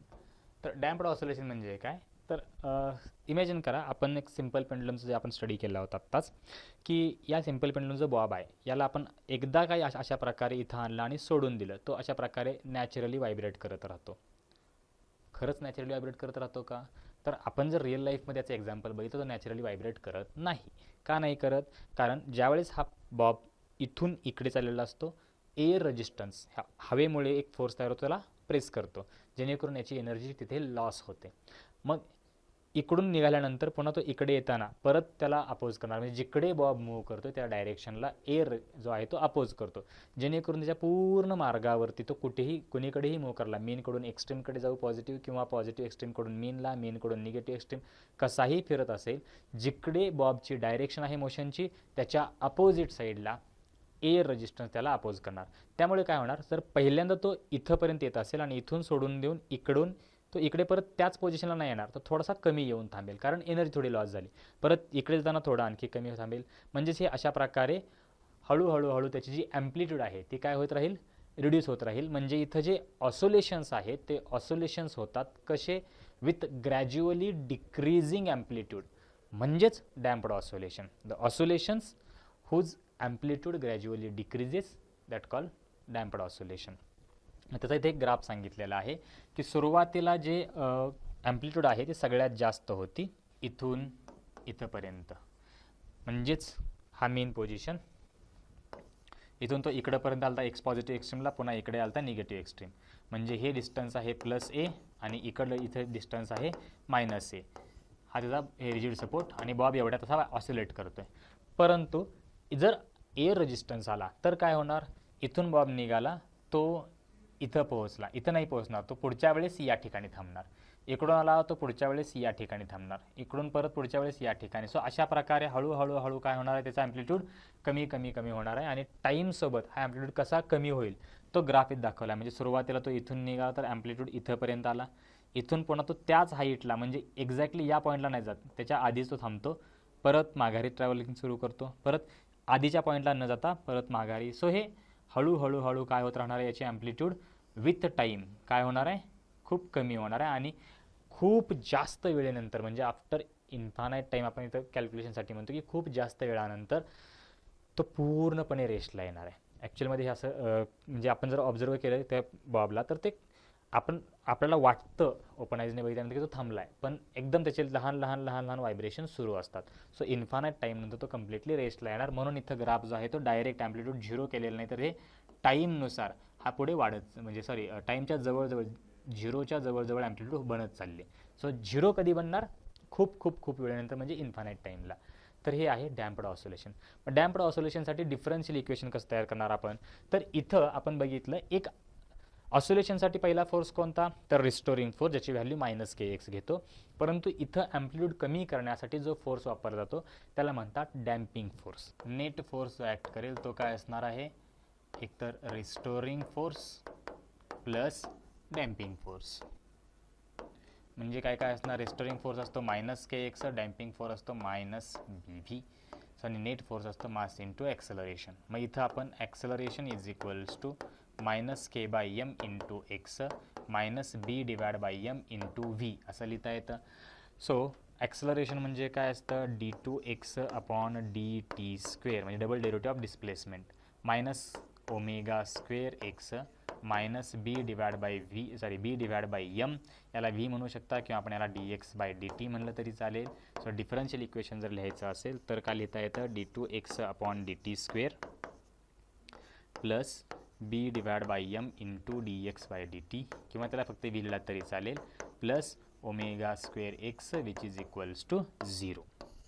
तर हे आहे differential equation for damped oscillation. आता फ्री ऑसोलेशन, फोर्स्ड ऑसोलेशन आणि रेझोनन्स म्हणजे काय? एक थोडक्यात 2 मिनिटाचा कॉन्सेप्ट आहे, समजून घेऊया. डायग्राममध्ये आपण बघू शकतो की इथं 4 वेगवेगळे पेंडुलम दिसत आहेत. टाईम पिरियडचा फॉर्म्युला आपण काय शिकला होता? t is equals to simple पेंडुलमसाठी 2π√L/g. हा फॉर्म्युला काय सांगतो रे? की ज्या ज्या पेंडुलमसाठी लेंथ सेम आहे ज्यांची, त्यासाठी टाईम पिरियड पण कसा असणार? सेम असणार. सो इथं हा जो पहिला पेंडुलम आहे ज्याला आपण नाव ए दिलेलं आहे, त्याची लेंथ आणि सी ची लेंथ, ह्या दोन्ही लेंथ कशा आहेत बाळांनो? सेम आहेत. मग काय होणार? सुरुवातीला ABCD चारही पेंड्युलम रेस्टला आहेत, फक्त वरती एकाच दोरीच्या सहाय्याने अटॅच केलेले आहेत. पण ए पेंड्युलमला आपण थोडंसं इकडे पुल केलं आणि सोडून दिलं. नीट लक्ष द्या, इकडे अशा प्रकारे नाही, तर हे दोरी अशा अडकलेत. इथं पहिला पेंडुलम, दुसरा पेंडुलम, तिसरा आणि चौथा ABCD, ह्याला थोडंसं इकडे ओढलं आणि सोडून दिलं. तो अशा प्रकारे ऑसिलेट करायला लागेल. पण फोर्स फक्त किंवा ड्रायव्हिंग जो बाकीच्यांना चालवण्याचं काम कोण करणार आहे? ए, म्हणून त्याला ड्रायव्हर पेंडुलम म्हणायचं. आपण जे फोर्स लावला किंवा BCD ह्याला आपण डायरेक्टली फोर्स लावलेला नाही, किंवा सुरुवातीला ते रेस्टला होते, पण थोड्या वेळानंतर काय होईल? ए ज्या वेळेस ऑसिलेट करायला लागेल त्याची एनर्जी ट्रान्सफर होईल बीला, आणि बी पण ऑसिलेट करायला लागेल. आता इथं बी हा जो ऑसिलेट करतोय त्याला चालवण्यासाठी कोण फोर्स अप्लाय करतोय? ए. म्हणजेच बीचे जे ऑसोलेशन आहेत ते कोणते? Forced oscillation. एचे जे ऑसोलेशन आहेत ते कारण आपण एला एकदा पुढे ओढलं, सोडून दिलं. आता जे एचे ऑसोलेशन आहेत ते कसे आहेत? इतर कुठला आपण कंटिन्युअसली फोर्स अप्लाय करत नाही, त्यामुळे ते नॅचरली ऑसोलेट करत राहते. सो त्या ऑसोलेशनला म्हणायचं फ्री ऑसोलेशन, जे की ह्या डायग्राममध्ये कोणाचे असणार आहेत? ए पेंड्युलमचे. बी किंवा सी किंवा डी ह्या तिघांना ऑसोलेट करण्यासाठी जो काही फोर्स लावला चालला आहे तो कोण अप्लाय करतोय? ए. त्यामुळे बी, सी आणि डीचे ऑसोलेशन कसे आहेत? Forced oscillation. कारण त्यांना ए कडून काही ना काही एनर्जी ट्रान्सफर व्हायला, त्यामुळे ते ऑसोलेट करत राहत आहेत, म्हणजे ते फोर्स्ड ऑसोलेशन. आणि सगळ्यात शेवटी रेझोनन्स. रेझोनन्स म्हणजे काय? की फोर्स्ड ऑसोलेशन म्हणजे कंटिन्युअसली फोर्स अप्लाय केल्यानंतर जे ऑसोलेशन होत आहेत ते, आणि जो ड्रायव्हर पार्ट आहे किंवा चालवणारा पार्ट आहे त्याचे ऑसोलेशन, ह्या दोन्ही ऑसोलेशनची जर फ्रिक्वेन्सी मॅच झाली तर त्या सिच्युएशनला म्हणायचं रेझोनन्स. फ्रिक्वेन्सी म्हणजेच काय शिकले आपण? तर फ्रिक्वेन्सी म्हणजे असतं 1/T. मग टाईम पिरियडचा फॉर्म्युला 2π√L/g, म्हणजे फ्रिक्वेन्सीचा फॉर्म्युला काय येणार? तर 1/2π√L, मग इथं ज्या दोन पेंड्युलमसाठी लेंथ सेम आहे त्यांची फ्रिक्वेन्सी पण कशी असणार? सेम. मी इथं बघतोय लेंथ कोणाकोणा सेम आहे? ए आणि सीची. त्यामुळे ए आणि सी हे कसे आहेत? रेझोनेटिंग पेंडुलम, एकमेकांना रेझोनेट करतायत, सेम फ्रिक्वेन्सीने व्हायब्रेट करतायत. तर इथं फोर्स्ड ऑसोलेशन, फ्री ऑसोलेशन आणि रेझोनन्स.